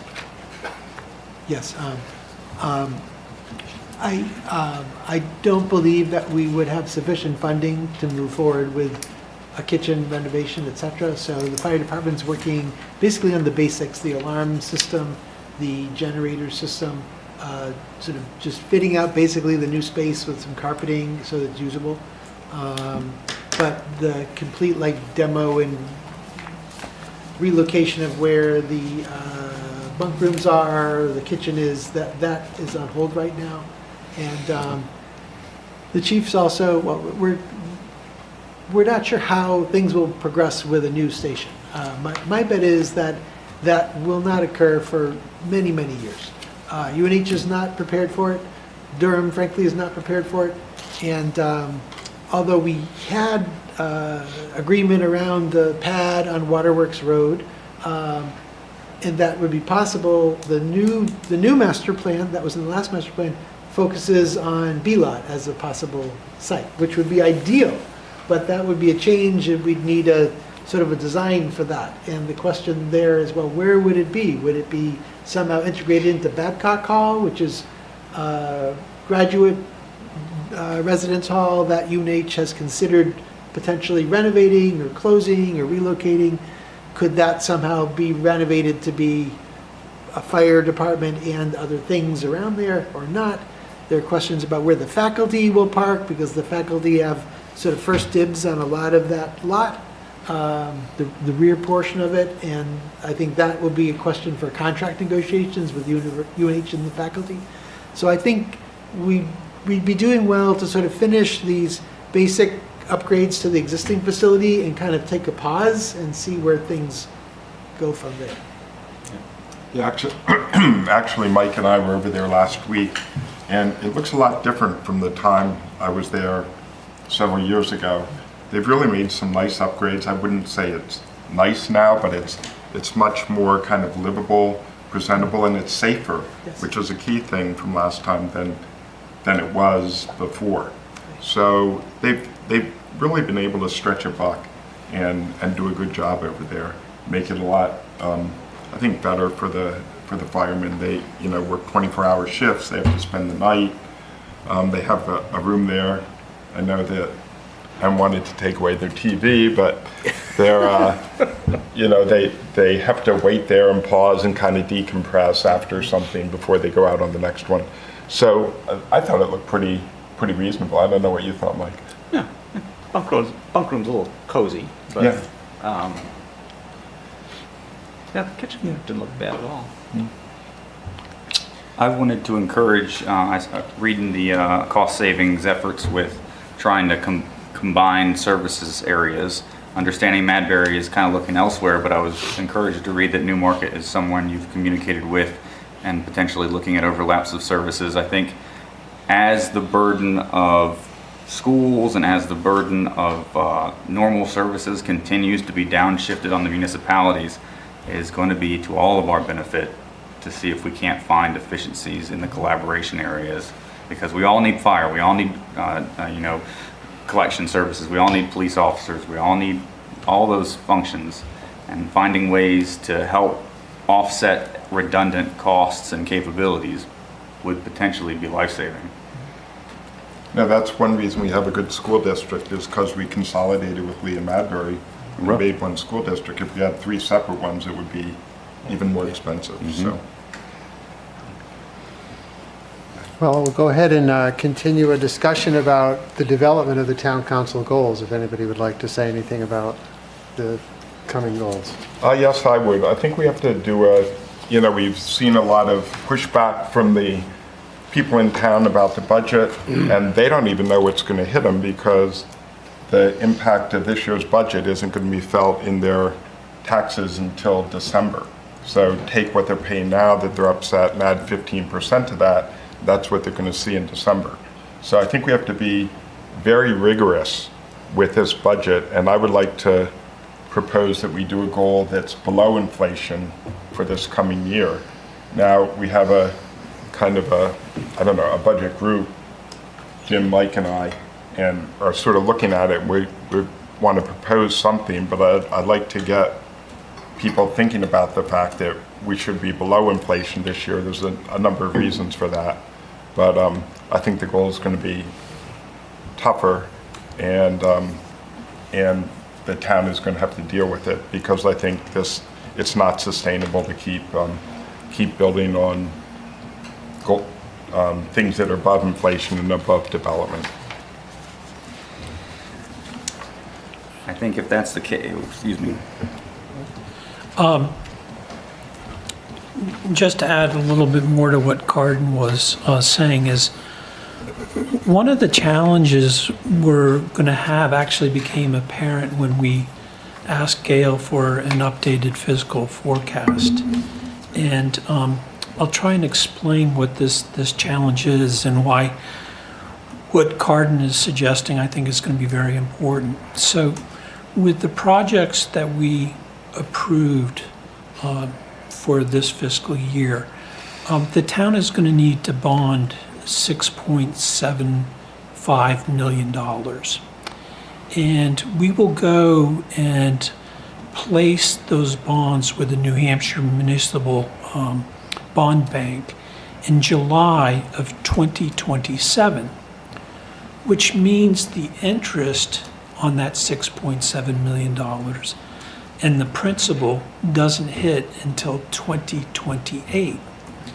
So we might look at a fiscal forecast and say, oh, next year doesn't look too bad. But really what we have to be looking at is 2028, when the principal and interest charges are going to result in a budget increase of almost $1.8 million. Okay, so that is really, really significant. And the time to start thinking about, in earnest, about the budget, opportunities for efficiency, regionalization, it can't wait until we have that 2028 pressure point. We really need to start addressing it in 2027, because 2028 looks incredibly hard, and we need to start making progress next year. And I would just add to that also the fact that we talked about the school piece earlier, but we don't know what the school is going to do in terms of pushing forward the renovation project again, but that impact was only going to be $250,000 on the budget this year. That was a portion of a year's interest only. So if they come back with that again next year, and if it were to succeed for whatever reason, one way or the other, that will be another add-on, which I'd start a year later, but would hit in probably 29 for sure, maybe 28, depending upon. And that's, we don't control it, but the taxpayers pay it. So I think we need to be cognizant of that as part of the town's budget too. President Register, did you want to say something? I think we need to do as Councilor Welsh, Councilor Lawson, and Councilor Lehrman suggest, and have a real hard target to reach. But that also comes with the hard target responsibility of deciding what we're cutting. And I know we cut $250,000. How much did we cut from the budget? About that. Yeah, $250,000. Which isn't much. That didn't significantly reduce the budget. It was still a double-digit percentage increase. We're going to have to seriously prioritize what positions are getting terminated. That is what this is going to end up. This isn't finding loose change in the couch cushions. This is a significant chunk. And we need to be prepared, because we owe it to the employees of this town and to the residents of this town of being concise, meeting the moment, and being deliberate. And whether that comes into a prioritized list of individual counselors' opinions on what they think is most important and we keep, or if there's other ideas, but we need to understand that that is what this is coming down to. This isn't cutting a parade or cutting an extra trail walk for land stewardship. This is positions. Yeah, and I think when we think about the rate of inflation, the things that have increased are ignoring the fact that there's an average inflation rate, right? When you look at healthcare and insurance costs and the things that we have not that much control over, and you can negotiate, you can try and find another place, but they're all, and have been for years, obviously, and that whole trying to make up for the increase in the healthcare costs and the insurance costs have really hit us hard. I think it's gone up even more in the last few years. So people say, oh, well, you know, our taxes went up higher than the rate of inflation. Well, your healthcare cost did too. And I think everybody that sits in their homes trying to figure out how to get their budgets in play know that those are the issues that they face. So you're right. We know we're going to have this problem of getting down, but there's all those HR costs in there that we're going to have to take care of, which means, I mean, you're not going to lower those healthcare insurance costs. So it has to be in the big chunks. It doesn't help to whittle down the library when most of the budgets is sitting in fire, police, and DPW. Bottom line. Yeah, and I would just say this year the town did a really good job. They spent $1 million less than was budgeted in 2025. So that's really what we're working off of for when we look out to 2026, because We got to keep building that bank. Yeah, since we built $1 million less, the amount that we approved was actually higher than we think it was, because we were doing it off the budget, and in fact, they spent $1 million less than budget. So it will be, I think, a little complicated to look at what we're trying to do, but I think it's going to be difficult. I would say one thing, Curtis, that, you know, as opposed to cutting positions, one thing, we lose a certain number of people each year. So the question is going to be, and it's good to think about it now, if someone leaves, do we replace them? And Or lots retires. of times, Or if someone retires, do we replace or them? someone retires, do you replace them? And it's a lot easier to do that. And you have to be creative and decide what jobs you need to do, what jobs you don't have to do. But lots of times people, when they're under pressure, you know, sort of the sight of the gallows clarifies the mind. You know, they can think of ways to get jobs done more effectively than if they can just add another person. I'm not saying we just add another person, but if we take one out, people can often sort of scramble and figure out a way to get the work done. And so, with the topic of sort of reducing staffing numbers through attrition, I've had some conversations already with the fire chief and the police chief about whether, for example, when we have a retirement as a fire captain, we'll promote somebody from within to the captain position because we need to have somebody in charge of the shift. But will we backfill that firefighter position, or do we leave it empty? And then at the fire department, it's complicated because we added the 2 new firefighters to try to help address overtime. And as long as that firefighter's on the right shift, if there's a vacancy on that particular shift, it's helpful. If there's not, it's not helpful. So is it a cost savings or a cost benefit? How does it play out?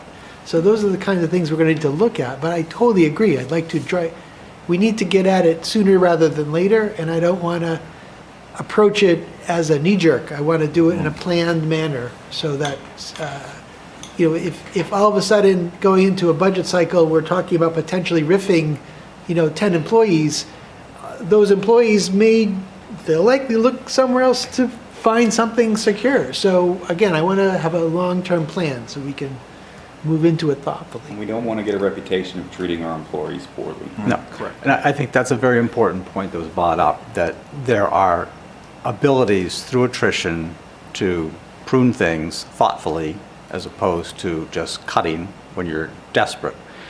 But one of the other aspects of the reason why I mentioned things about the school and the county is that the taxpayers pay the whole bill. And I think the more informed, unfortunately, this past year, I think the reality is that because there was no real information out there as to what was going on, you got the school doing something independently, no one really pays attention to the county, and the town was doing its thing.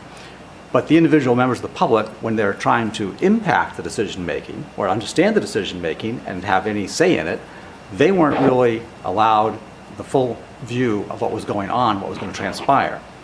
So I think that we have a duty to help the public understand the financial situation going forward, which may then impact their perception of where priorities are when they're better informed of what the full impact is going to be, because I would be willing to bet large sums of money that there's very, very few number of people that will have any perspective right now of what's going to happen in 27, let alone 28 or 29.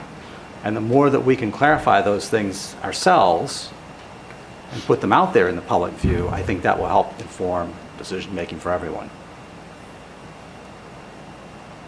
The last point I'm just going to make is I think that beyond pruning, there's an opportunity to re-architect how we do things. Because we have a very talented town staff. And we always talk about regionalization, but we have good examples of how regionalization works well with UNH. Fire department, wastewater, water, and I think that I think we need to look for opportunities maybe to do more collaboration. And one of our biggest budget items is the police. And UNA or Durham is the only community, to my knowledge, in New Hampshire with a university where the town isn't more involved with with campus policing. That's the way it works in Hanover, in Keene, and in Plymouth.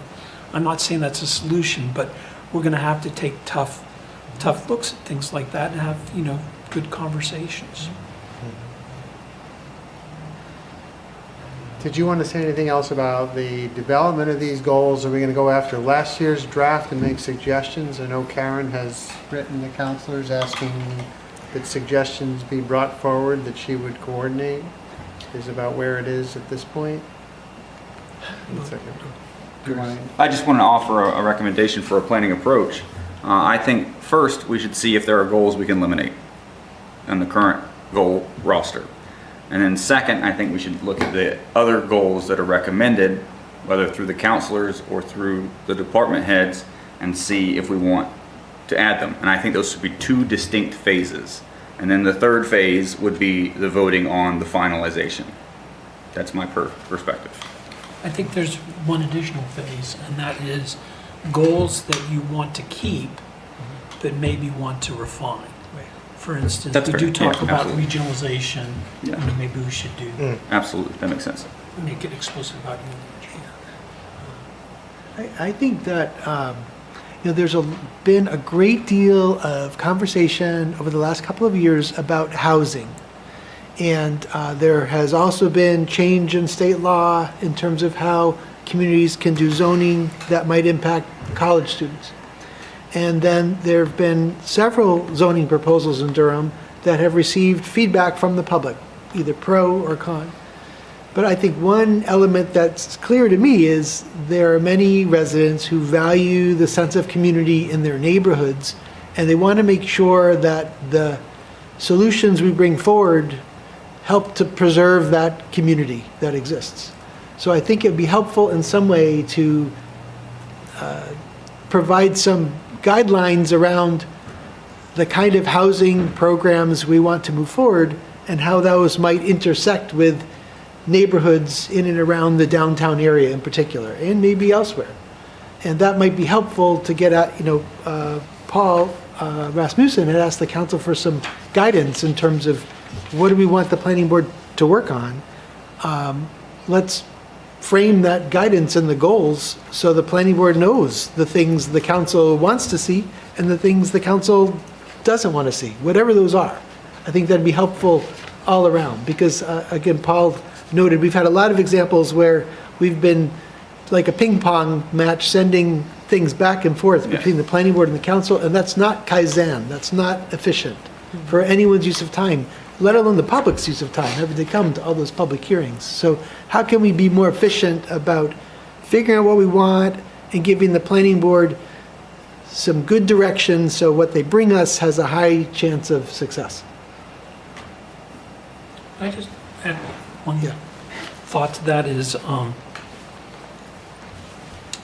you mentioned neighborhoods, and I've been doing a lot of reflecting about some of the things that have been happening in Durham versus our master plan. And with the master plan, it's specified by state RSAs. And the state RSA says that the vision statement really drives the master plan. Everything should align as best as possible with the vision statement. And there's going to be tension and conflicts, and we know that. It's not that prescriptive, but I just find it a little ironic that the first statement in our master plan vision section, the first statement, the first sentence is, in 2025 and beyond, Durham is a balanced community that has successfully maintained its traditional neighborhoods. And everything else in the master plan seems to align with that, with the exception of one statement in the energy chapter.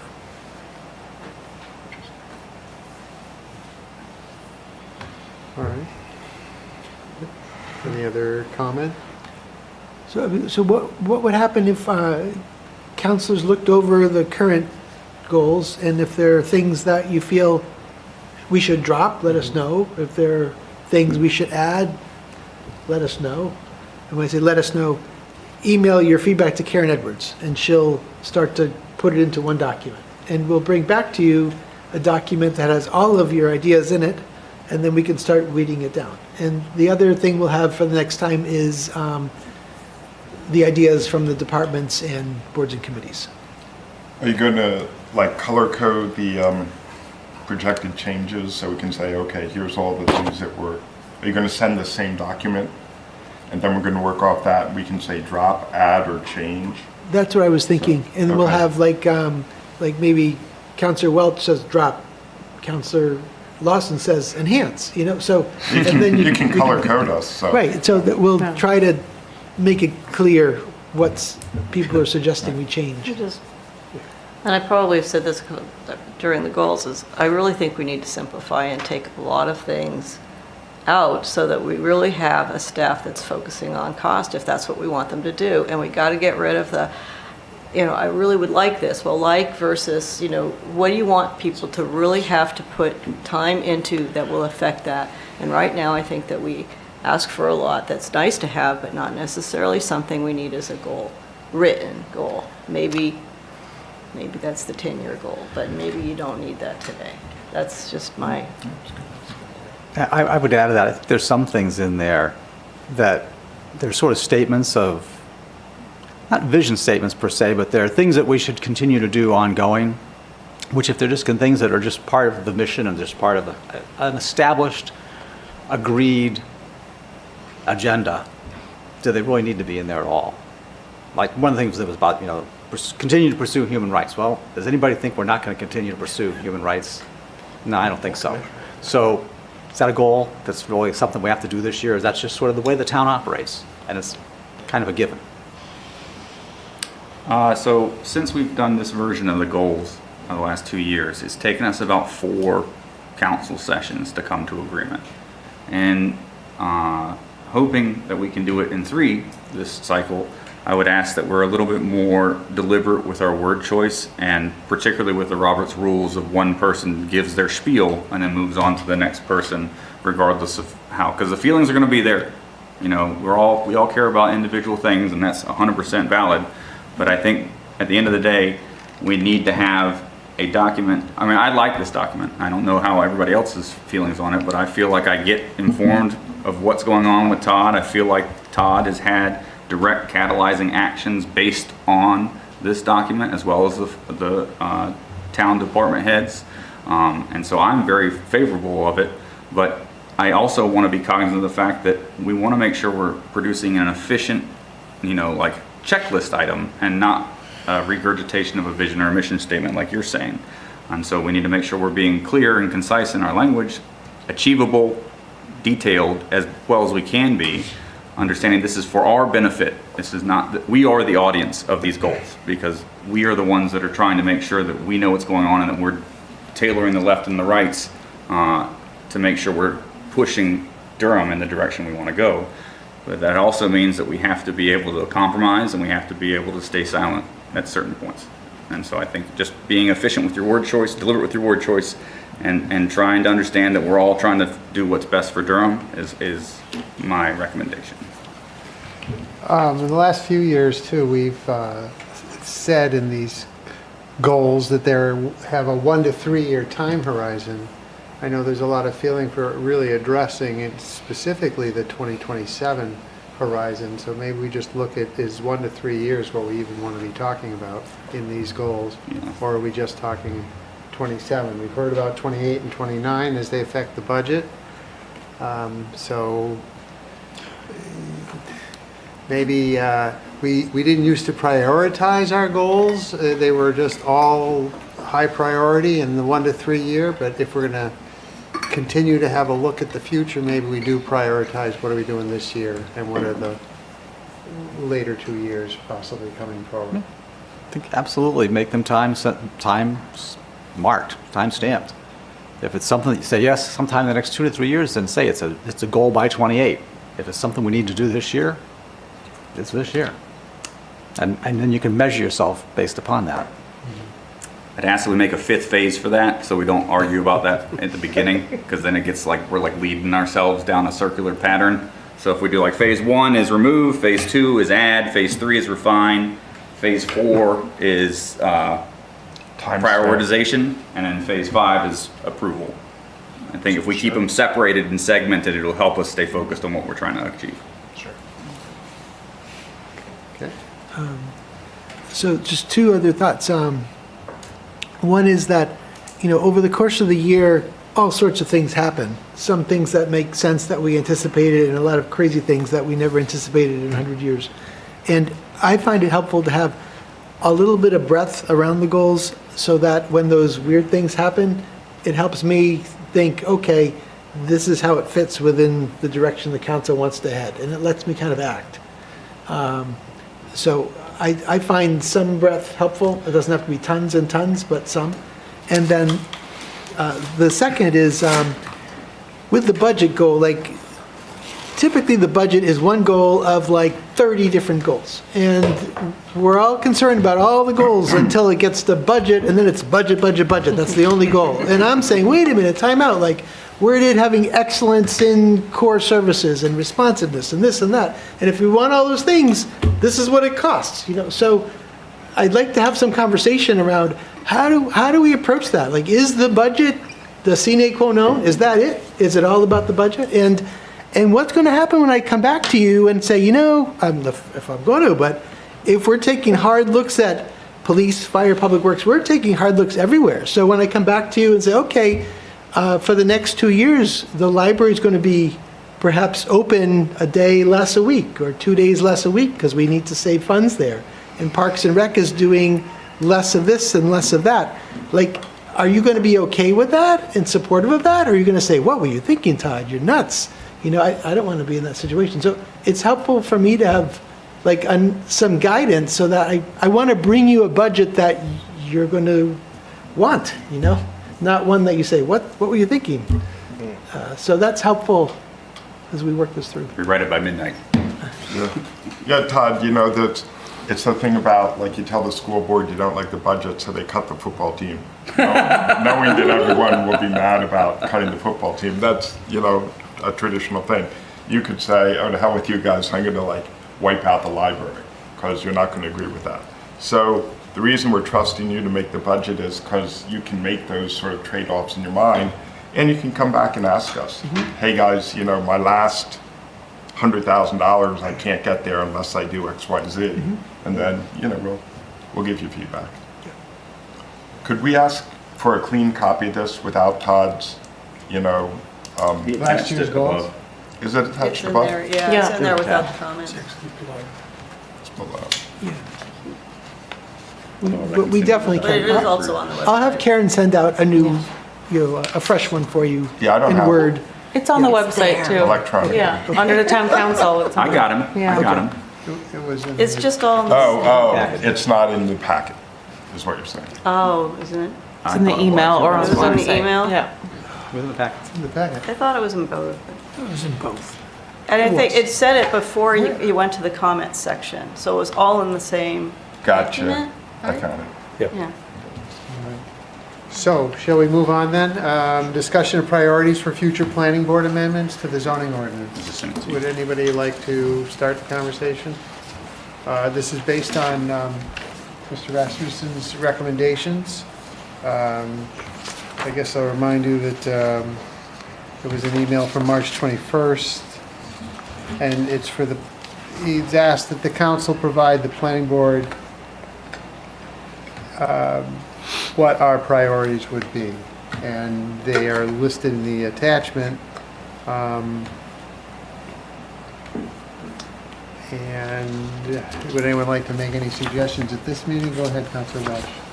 Yes, I think, given that we just changed standards for height of buildings and the ability to not do commercial on certain floors, I think the architectural standard should come first. I think it shouldn't be that difficult. I think there's a lot of stuff that's already been done. I know that there's going to be conflict between people who want it, not very detailed versus very detailed. But I think we need it because people can come in with developments now and we don't have architectural standards for those developments. So I would just put that first. We do have architectural standards. They're pretty complete, too. They're a little out of date, that's all. Yeah. And, I mean, they're not bad by any stretch of the imagination. No. But do we have fourth-story standards? It speaks to that. There is admittedly some disagreement at the moment in the public hearings about what they should be, but they are addressed in there.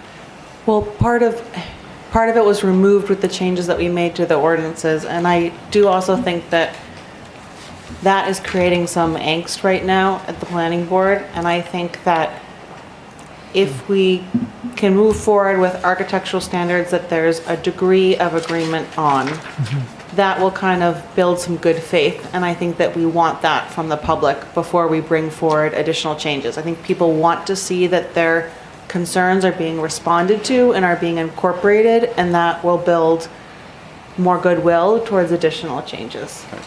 So just as a comment, the architectural standards have already been on the agenda, and the only reason why they probably weren't on the agenda last time is because Michael was gone and we wanted to wait for Michael to come back. But that being a priority is already on the schedule, and the next question is, what do you feel about all the other things that take more time than the architectural standards will? The changes in the conservation subdivisions to create more cluster communities, the reduction in lot sizes that came out of the housing task force. You know, if what we want to be able to do is work on these things, or not, but to work on them because we think they're important, and then have everybody say, well, no, because, you know, people don't like it. I think these are the things that we need to try and understand. Go ahead, Paul. Mr. Rashford, if you'd like to come to the table and talk at the mic.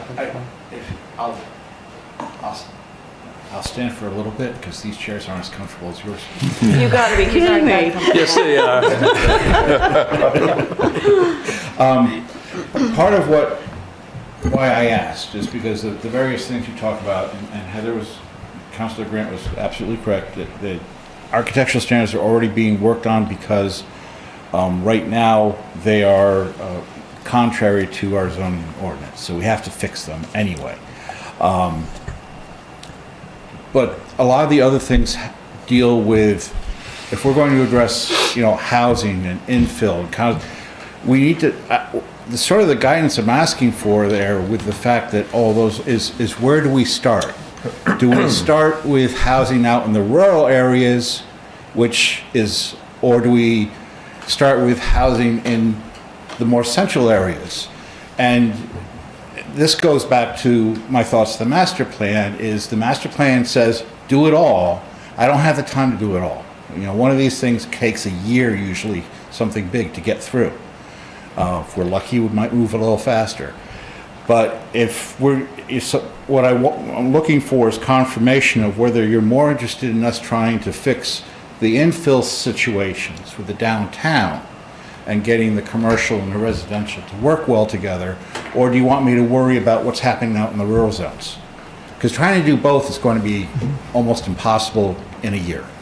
Could you carefully define what you mean by infill?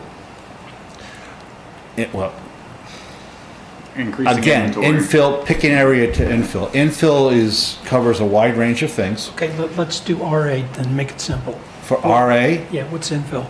RA for infill would be taking a look, so that goes straight into the Housing Task Force recommendations, and trying to decide what's the best way to handle it. And this is a situation where, in my review of statewide ordinances in various cities, I like the way Lebanon handles it. Rather than saying there's a set number, like your density, how they handle density requirements anyway, because it's a graduated scale. But it's a matter of determining what's the minimum lot size, how many units can you put on a lot of a particular size, and it gets complicated.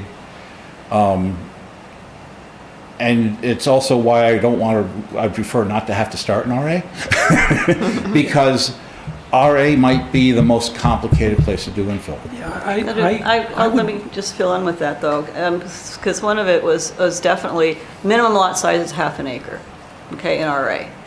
No. Well, you look at faculty and it's nice and it's cozy. Are you going to be able to do a subdivision where you would split a particular property in a lot that's already maybe only a quarter of an acre. Is that RB or RA? RA.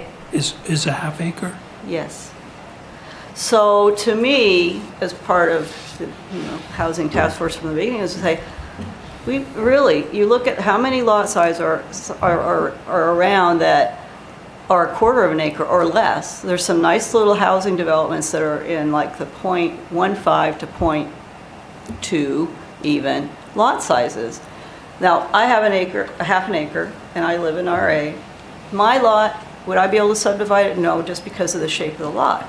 But others may have lots that are potential for that, and it might be a good opportunity for a homeowner to be able to subdivide into a second lot. You can't do that right now, and that is something that could help with infill. Obviously, the ADU things helped a little if you can have the detached ADU, but that's the example there. RB is Or allowing a two-family house. or a two-family Or, house, a duplex. And in my mind, starting in the commercial core for infill is the smartest place to start. But we hit at our last meeting, we sort of hit a roadblock where we said, well, we want to do, you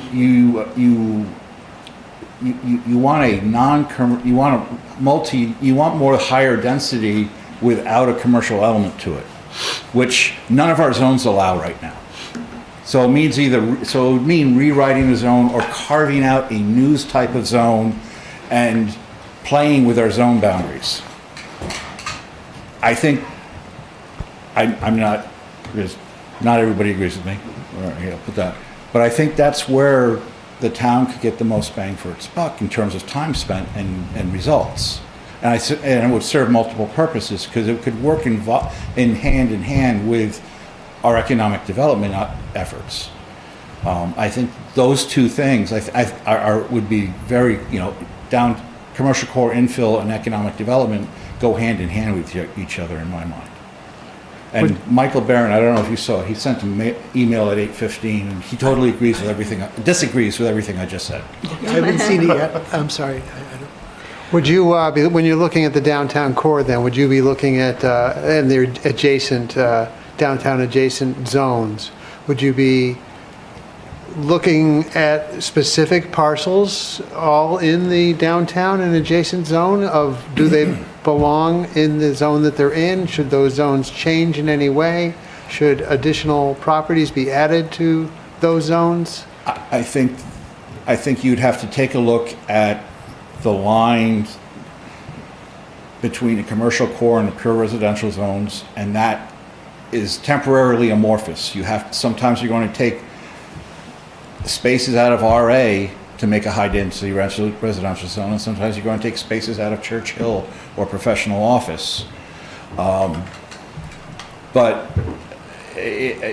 that's going to, as you move around, is going to change a lot. There are some lots that scream for high-density residential that are kind of a little bit of a jump out. So it would mean like going up Madbury Road, pushing professional office, or putting a high residential zone between professional office and Davis Court area being a good example. Maple Ave. Would you something be like that. able to look for places where you could do multifamily development in Durham?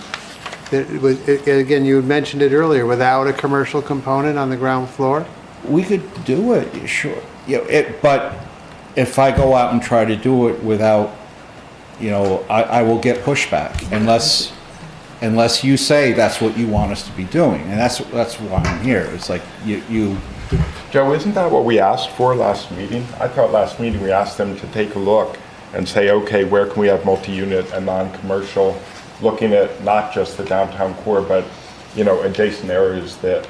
I thought that's what we asked for. Correct me if I'm wrong.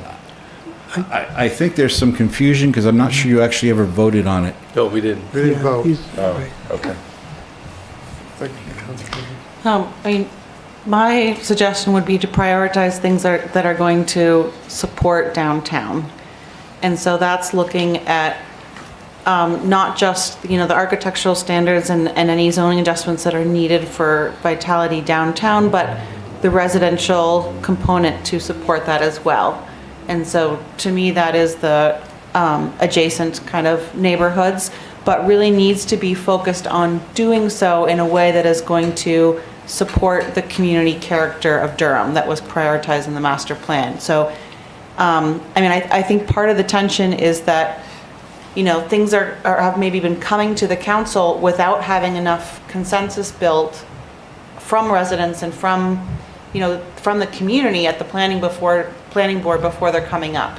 And so really paying attention to and listening to and incorporating feedback from diverse standpoints. People may, not agree and everybody's compromising, but that looks like a compromise coming forward. And I think that, to me, the biggest need right now is, we want to see a vibrant downtown. I think that's agreed upon goal, and thinking about what's going to support that first. And then I think the discussions around infill come behind that, first those that would support that. And the stuff out in the rural zones, I think that should be the absolute last priority. Honestly, I don't see that as being a part of the current master plan, what's listed there. I think that would be part of a bigger discussion in the next master plan, which we're looking at for 2028 maybe. Councilor Lawson. Go ahead. Oh, I was just going to say, though, that one of the things that we talked about when we did the overlay district for affordable housing is we said, what about single-family home opportunities? And unfortunately, if we're wanting to build some of the single-family home developments, that isn't really all infill, because you're not going to get any volume from that. So rural and hitting out into the areas where we have larger acreages required today, that's one of the reasons why you want single-family homes. You're going to have to head out of town because there's just not a whole lot of land left, right? So that's the reason why you would be looking out there. Obviously, downtown core is first. Councilor Lawson. Just something I observed is my experience, like the last council meeting and then watching a few council meetings, is there are things from the planning board that the council considers very thoughtfully. And maybe there's adjustments that the council wants.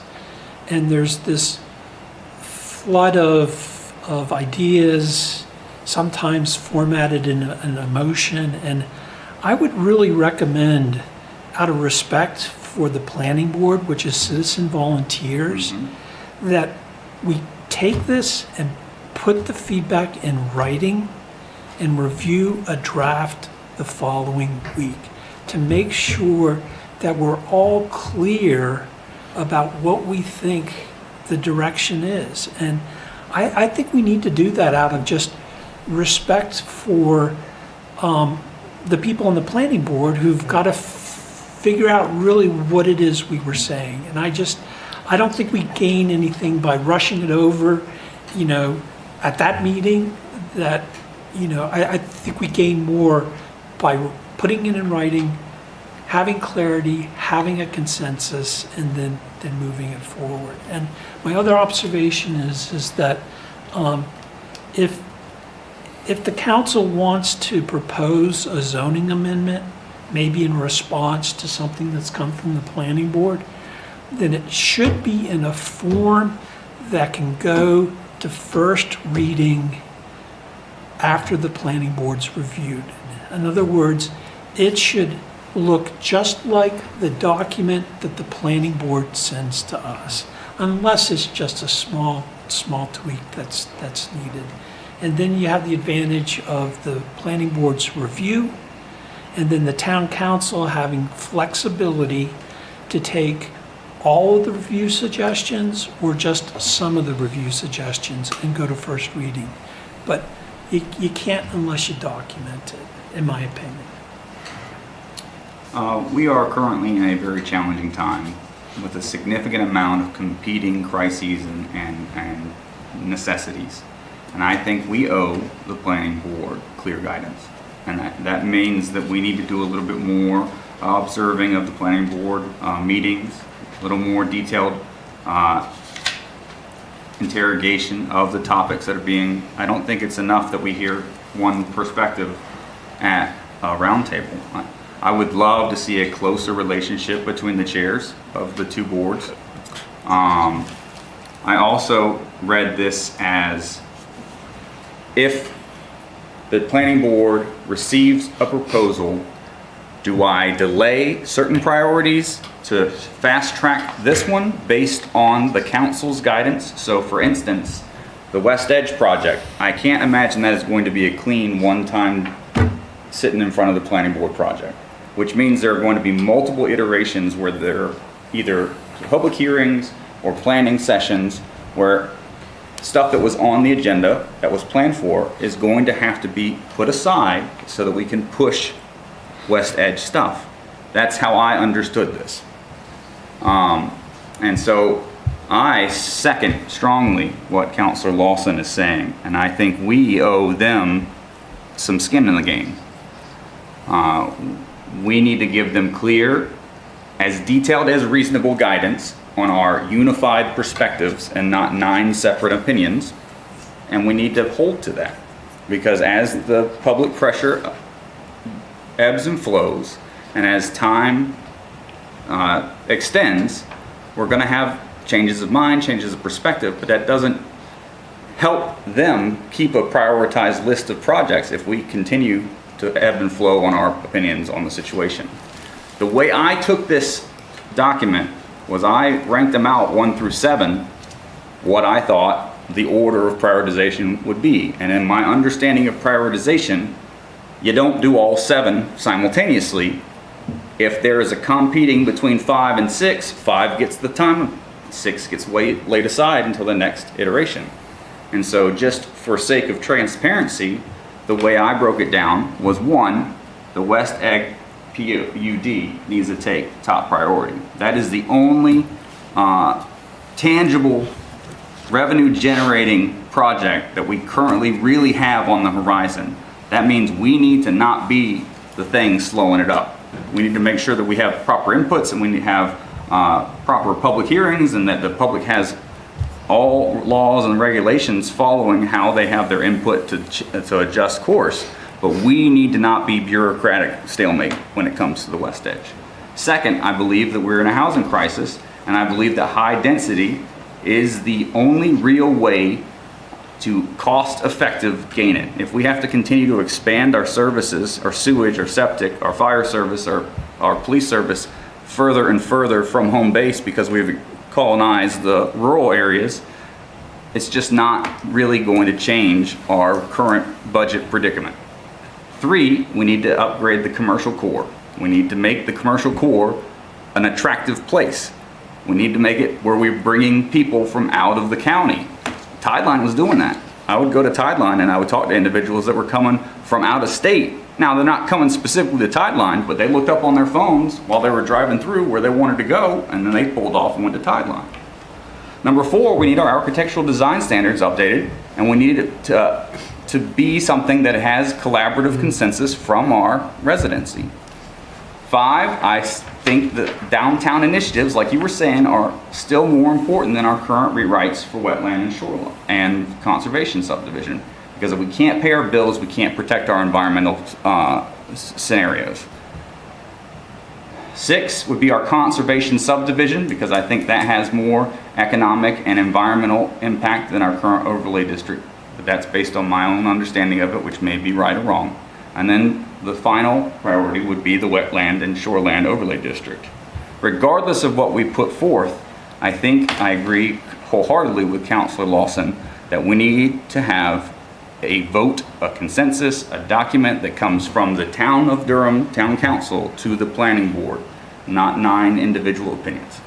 That's my piece. I would just follow on that. I think you have an excellent outline of those priorities. I would say on the West Edge PUD that that will definitely take planning board focus, but it's not time, but it might be time in 2 months, and then it's going to be like, can we get this done in 2 months or 3 months? And the way I hope I presented this right was that not that they would sit on their hands and wait for the planning. It would be like, hey, planning board stuff, everything else gets bumped. We got the West Edge we got to vote on. So then just to follow up, the planning board has done what they need to do to this point, and now it's up to the chosen developer from UNH to make their comments.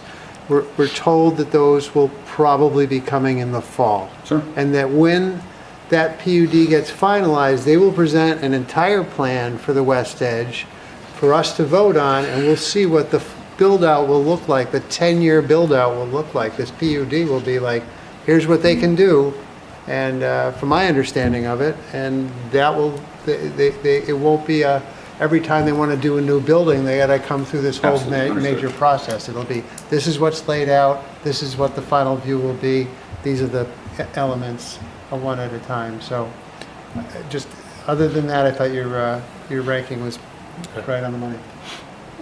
I hope we're not deciding tonight. No, I don't think so. So in your ranking, personally, I think architectural standards should be at the top. And I agree. know that's not something that It's not going to take long. is going to take too long. But Paul, I do have a different opinion than you, and my opinion is that the town of Durham does not have the most stringent architectural standards in the state. I've looked at other communities, and the thing that's clear to me is we probably have not the most well-written standards, but other communities have very significant standards, and some communities like Concord even have an architectural design review committee that's set up by the planning board, so it's really ingrained into their process. So I think architectural standards are important. And my last comment is that if we move the wetland and shoreland overlay district to the bottom of the list, I just want to point out that our shoreland and wetland protections are among the most stringent in the state. I'm sorry the town didn't always enforce them the way they were written, but they are among the most stringent in the state. Unlike what's been told, they've had 4 major rewrites, including a rewrite around data about the health of the Great Bay. So if we move that down into in the priority list, it's not like we don't have something that's already in place that's very, very stringent. So I like the idea of moving that down to the bottom of the list. Plus, it's going to be very, very controversial. I would concur with all that. The general thing that Curtis laid out was about right. I agree with the A&E standards being first, and the PUD, whenever it gets there, bumps everything else. So it should be the second priority. Yeah, 1A. It just if you wanna wouldn't be call it worked that. on until it Right, needs when to it's time. Right, exactly. I also agree with Jim's comment on that, because the other aspect, which I was going to maybe gingerly put into the suggestions for looking at goals this year, knowing that there's a boatload of things to do. One of the other alternative means of impacting the quality of the water in Great Bay is to look at the possibility of a septic ordinance, which I have delved into quite a bit. The SRPC has done that for 4 towns now. And when you look at the criteria and the impetus for the water protection aspects of the WSOD proposal is based largely around the nitrogen loading in the Great Bay. It comes back to the general permit that the EPA has put in place. The single largest non-point source after the atmosphere are septic systems' impact on the nitrogen. And all these buffers that they're trying to fine-tune and finesse at 125 feet versus 150 feet versus 300 feet have much smaller impacts overall. The septic ordinance has been put into Northwood, which is a rather conservative community, and they went through okay. And it's in 3 other towns, 2 of them already in existence and 1 in the process. There's grant funding available to do it, so it's not an additional cost to the town. And I think that would sort of satisfy some of the environmental aspects of trying to put things into effect that might be quicker, easier, much less contentious, because they're not really that onerous overall. So I think in terms of pecking order for the things to be done, I agree with both Jim's and Curtis's take on those. How is the septic ordinance different from what we already have? Septic ordinances, in a real quick nutshell, usually involve over a period of time, which you define, whether it might be 3 years or 5 years. You get research done on all the septics in the town to find out how old they are, how many have actually been were previously approved by the state, because there are going to be some that have just been grandfathered forever. The research of that is covered under grant funding. Then you put something in place that for those that have never been approved by the state, that they have 5 years or 3 years to get them inspected and a determination made whether or not they are or they're not viable. And if they're not, then they need to enter into a plan of how they're going to remedy that. And there can be grant funding potentially to help that. But that's the really only sticking point. Other than that, it's usually about saying that you have to get your septic pumped every 3 years at least and document it, and that the town has to see receipt of that. It's not particularly onerous, and the bottom line is you're looking for the outliers that are the ones that are not built to standards, that are 50 or 60 years old, and Or are that are probably... never getting pumped. Pardon? Or that are never getting pumped. Right, and are probably the greatest sources of pollution. And the research shows that they're not the septic systems just in the shoreland areas. Right. The research shows down. that it's all around Durham, out to Barrington, all through the Oyster River and Lamprey watershed. And you don't have to be able to see the Lamprey River or Great Bay for the septic system to be an issue. If it's Rye has a septic ordinance as well.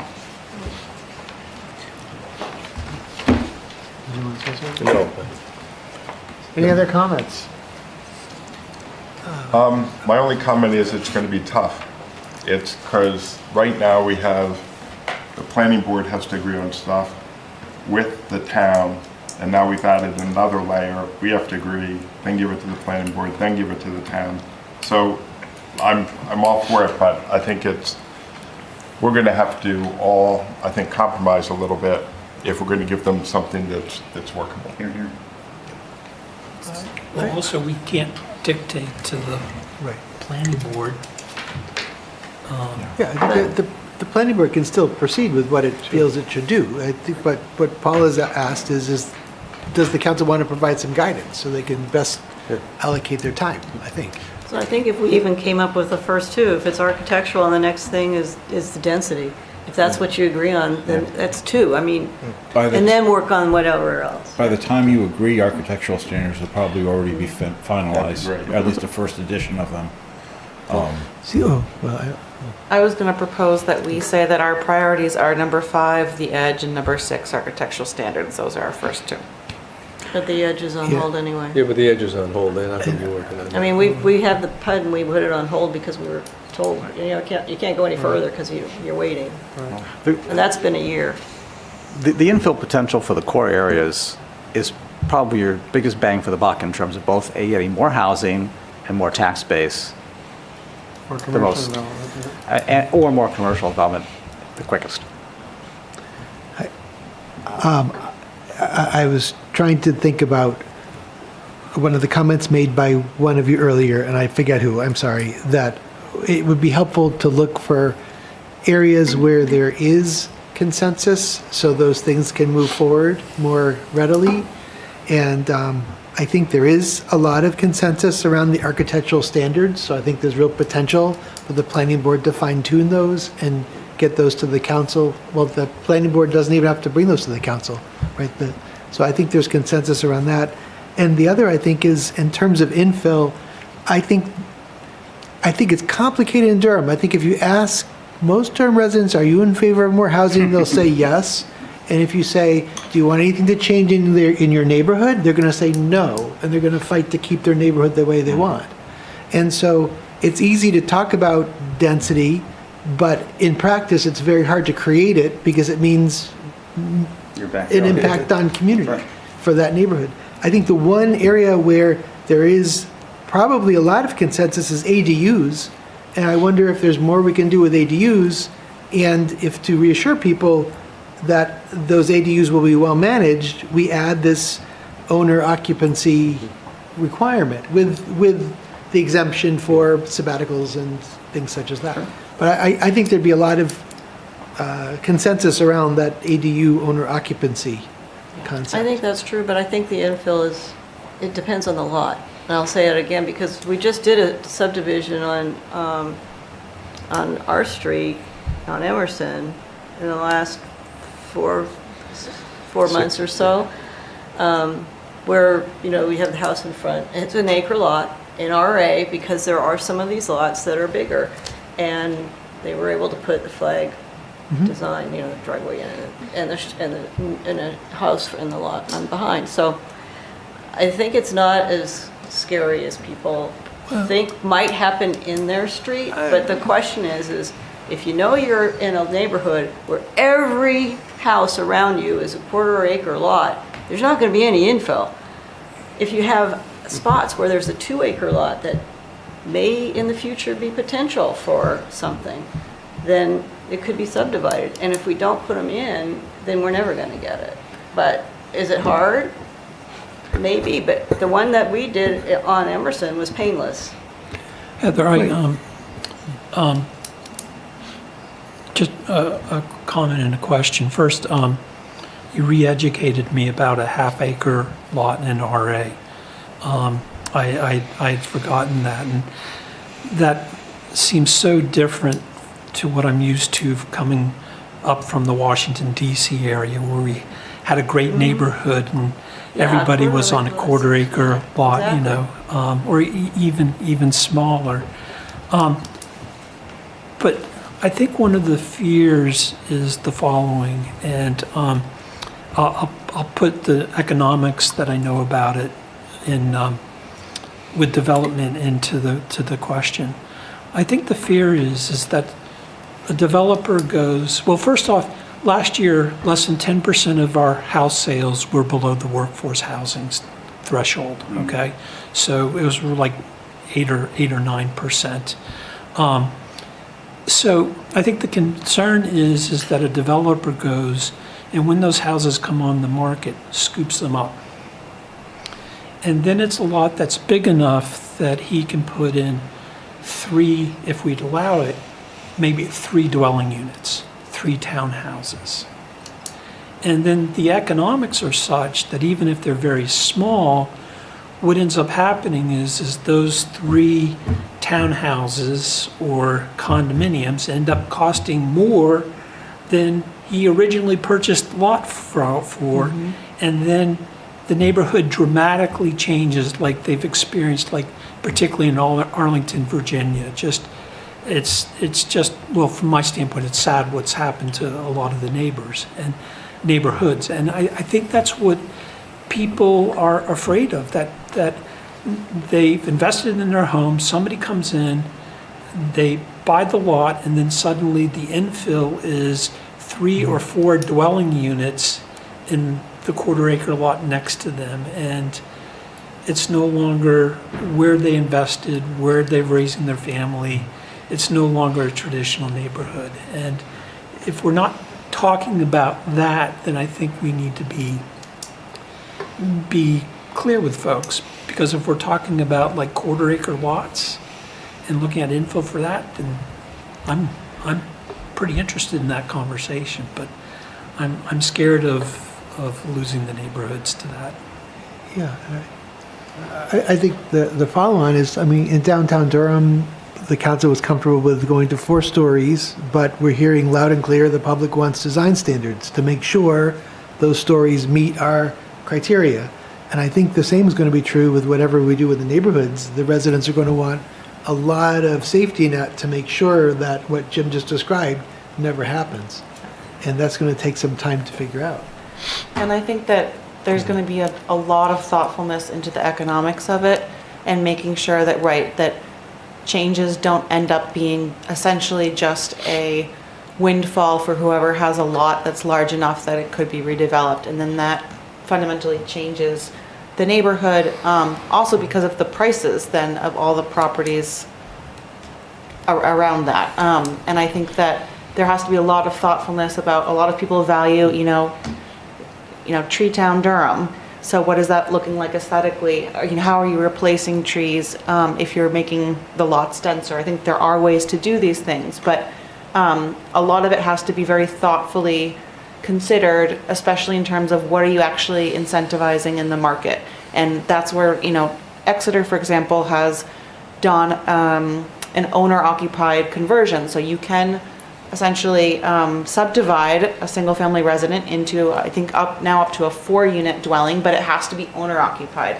So there are certain things, there are mechanisms in place that can kind of control this so that it's not just a windfall for whoever happens to be the developer that comes along and totally changes that, but really works to add additional housing within that character of the community. But it's going to take a lot of work.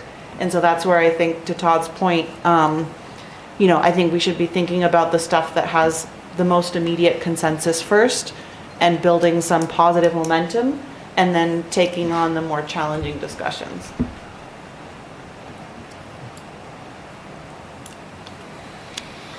All right. So TBD. Thank you. Good. Thanks, Paul.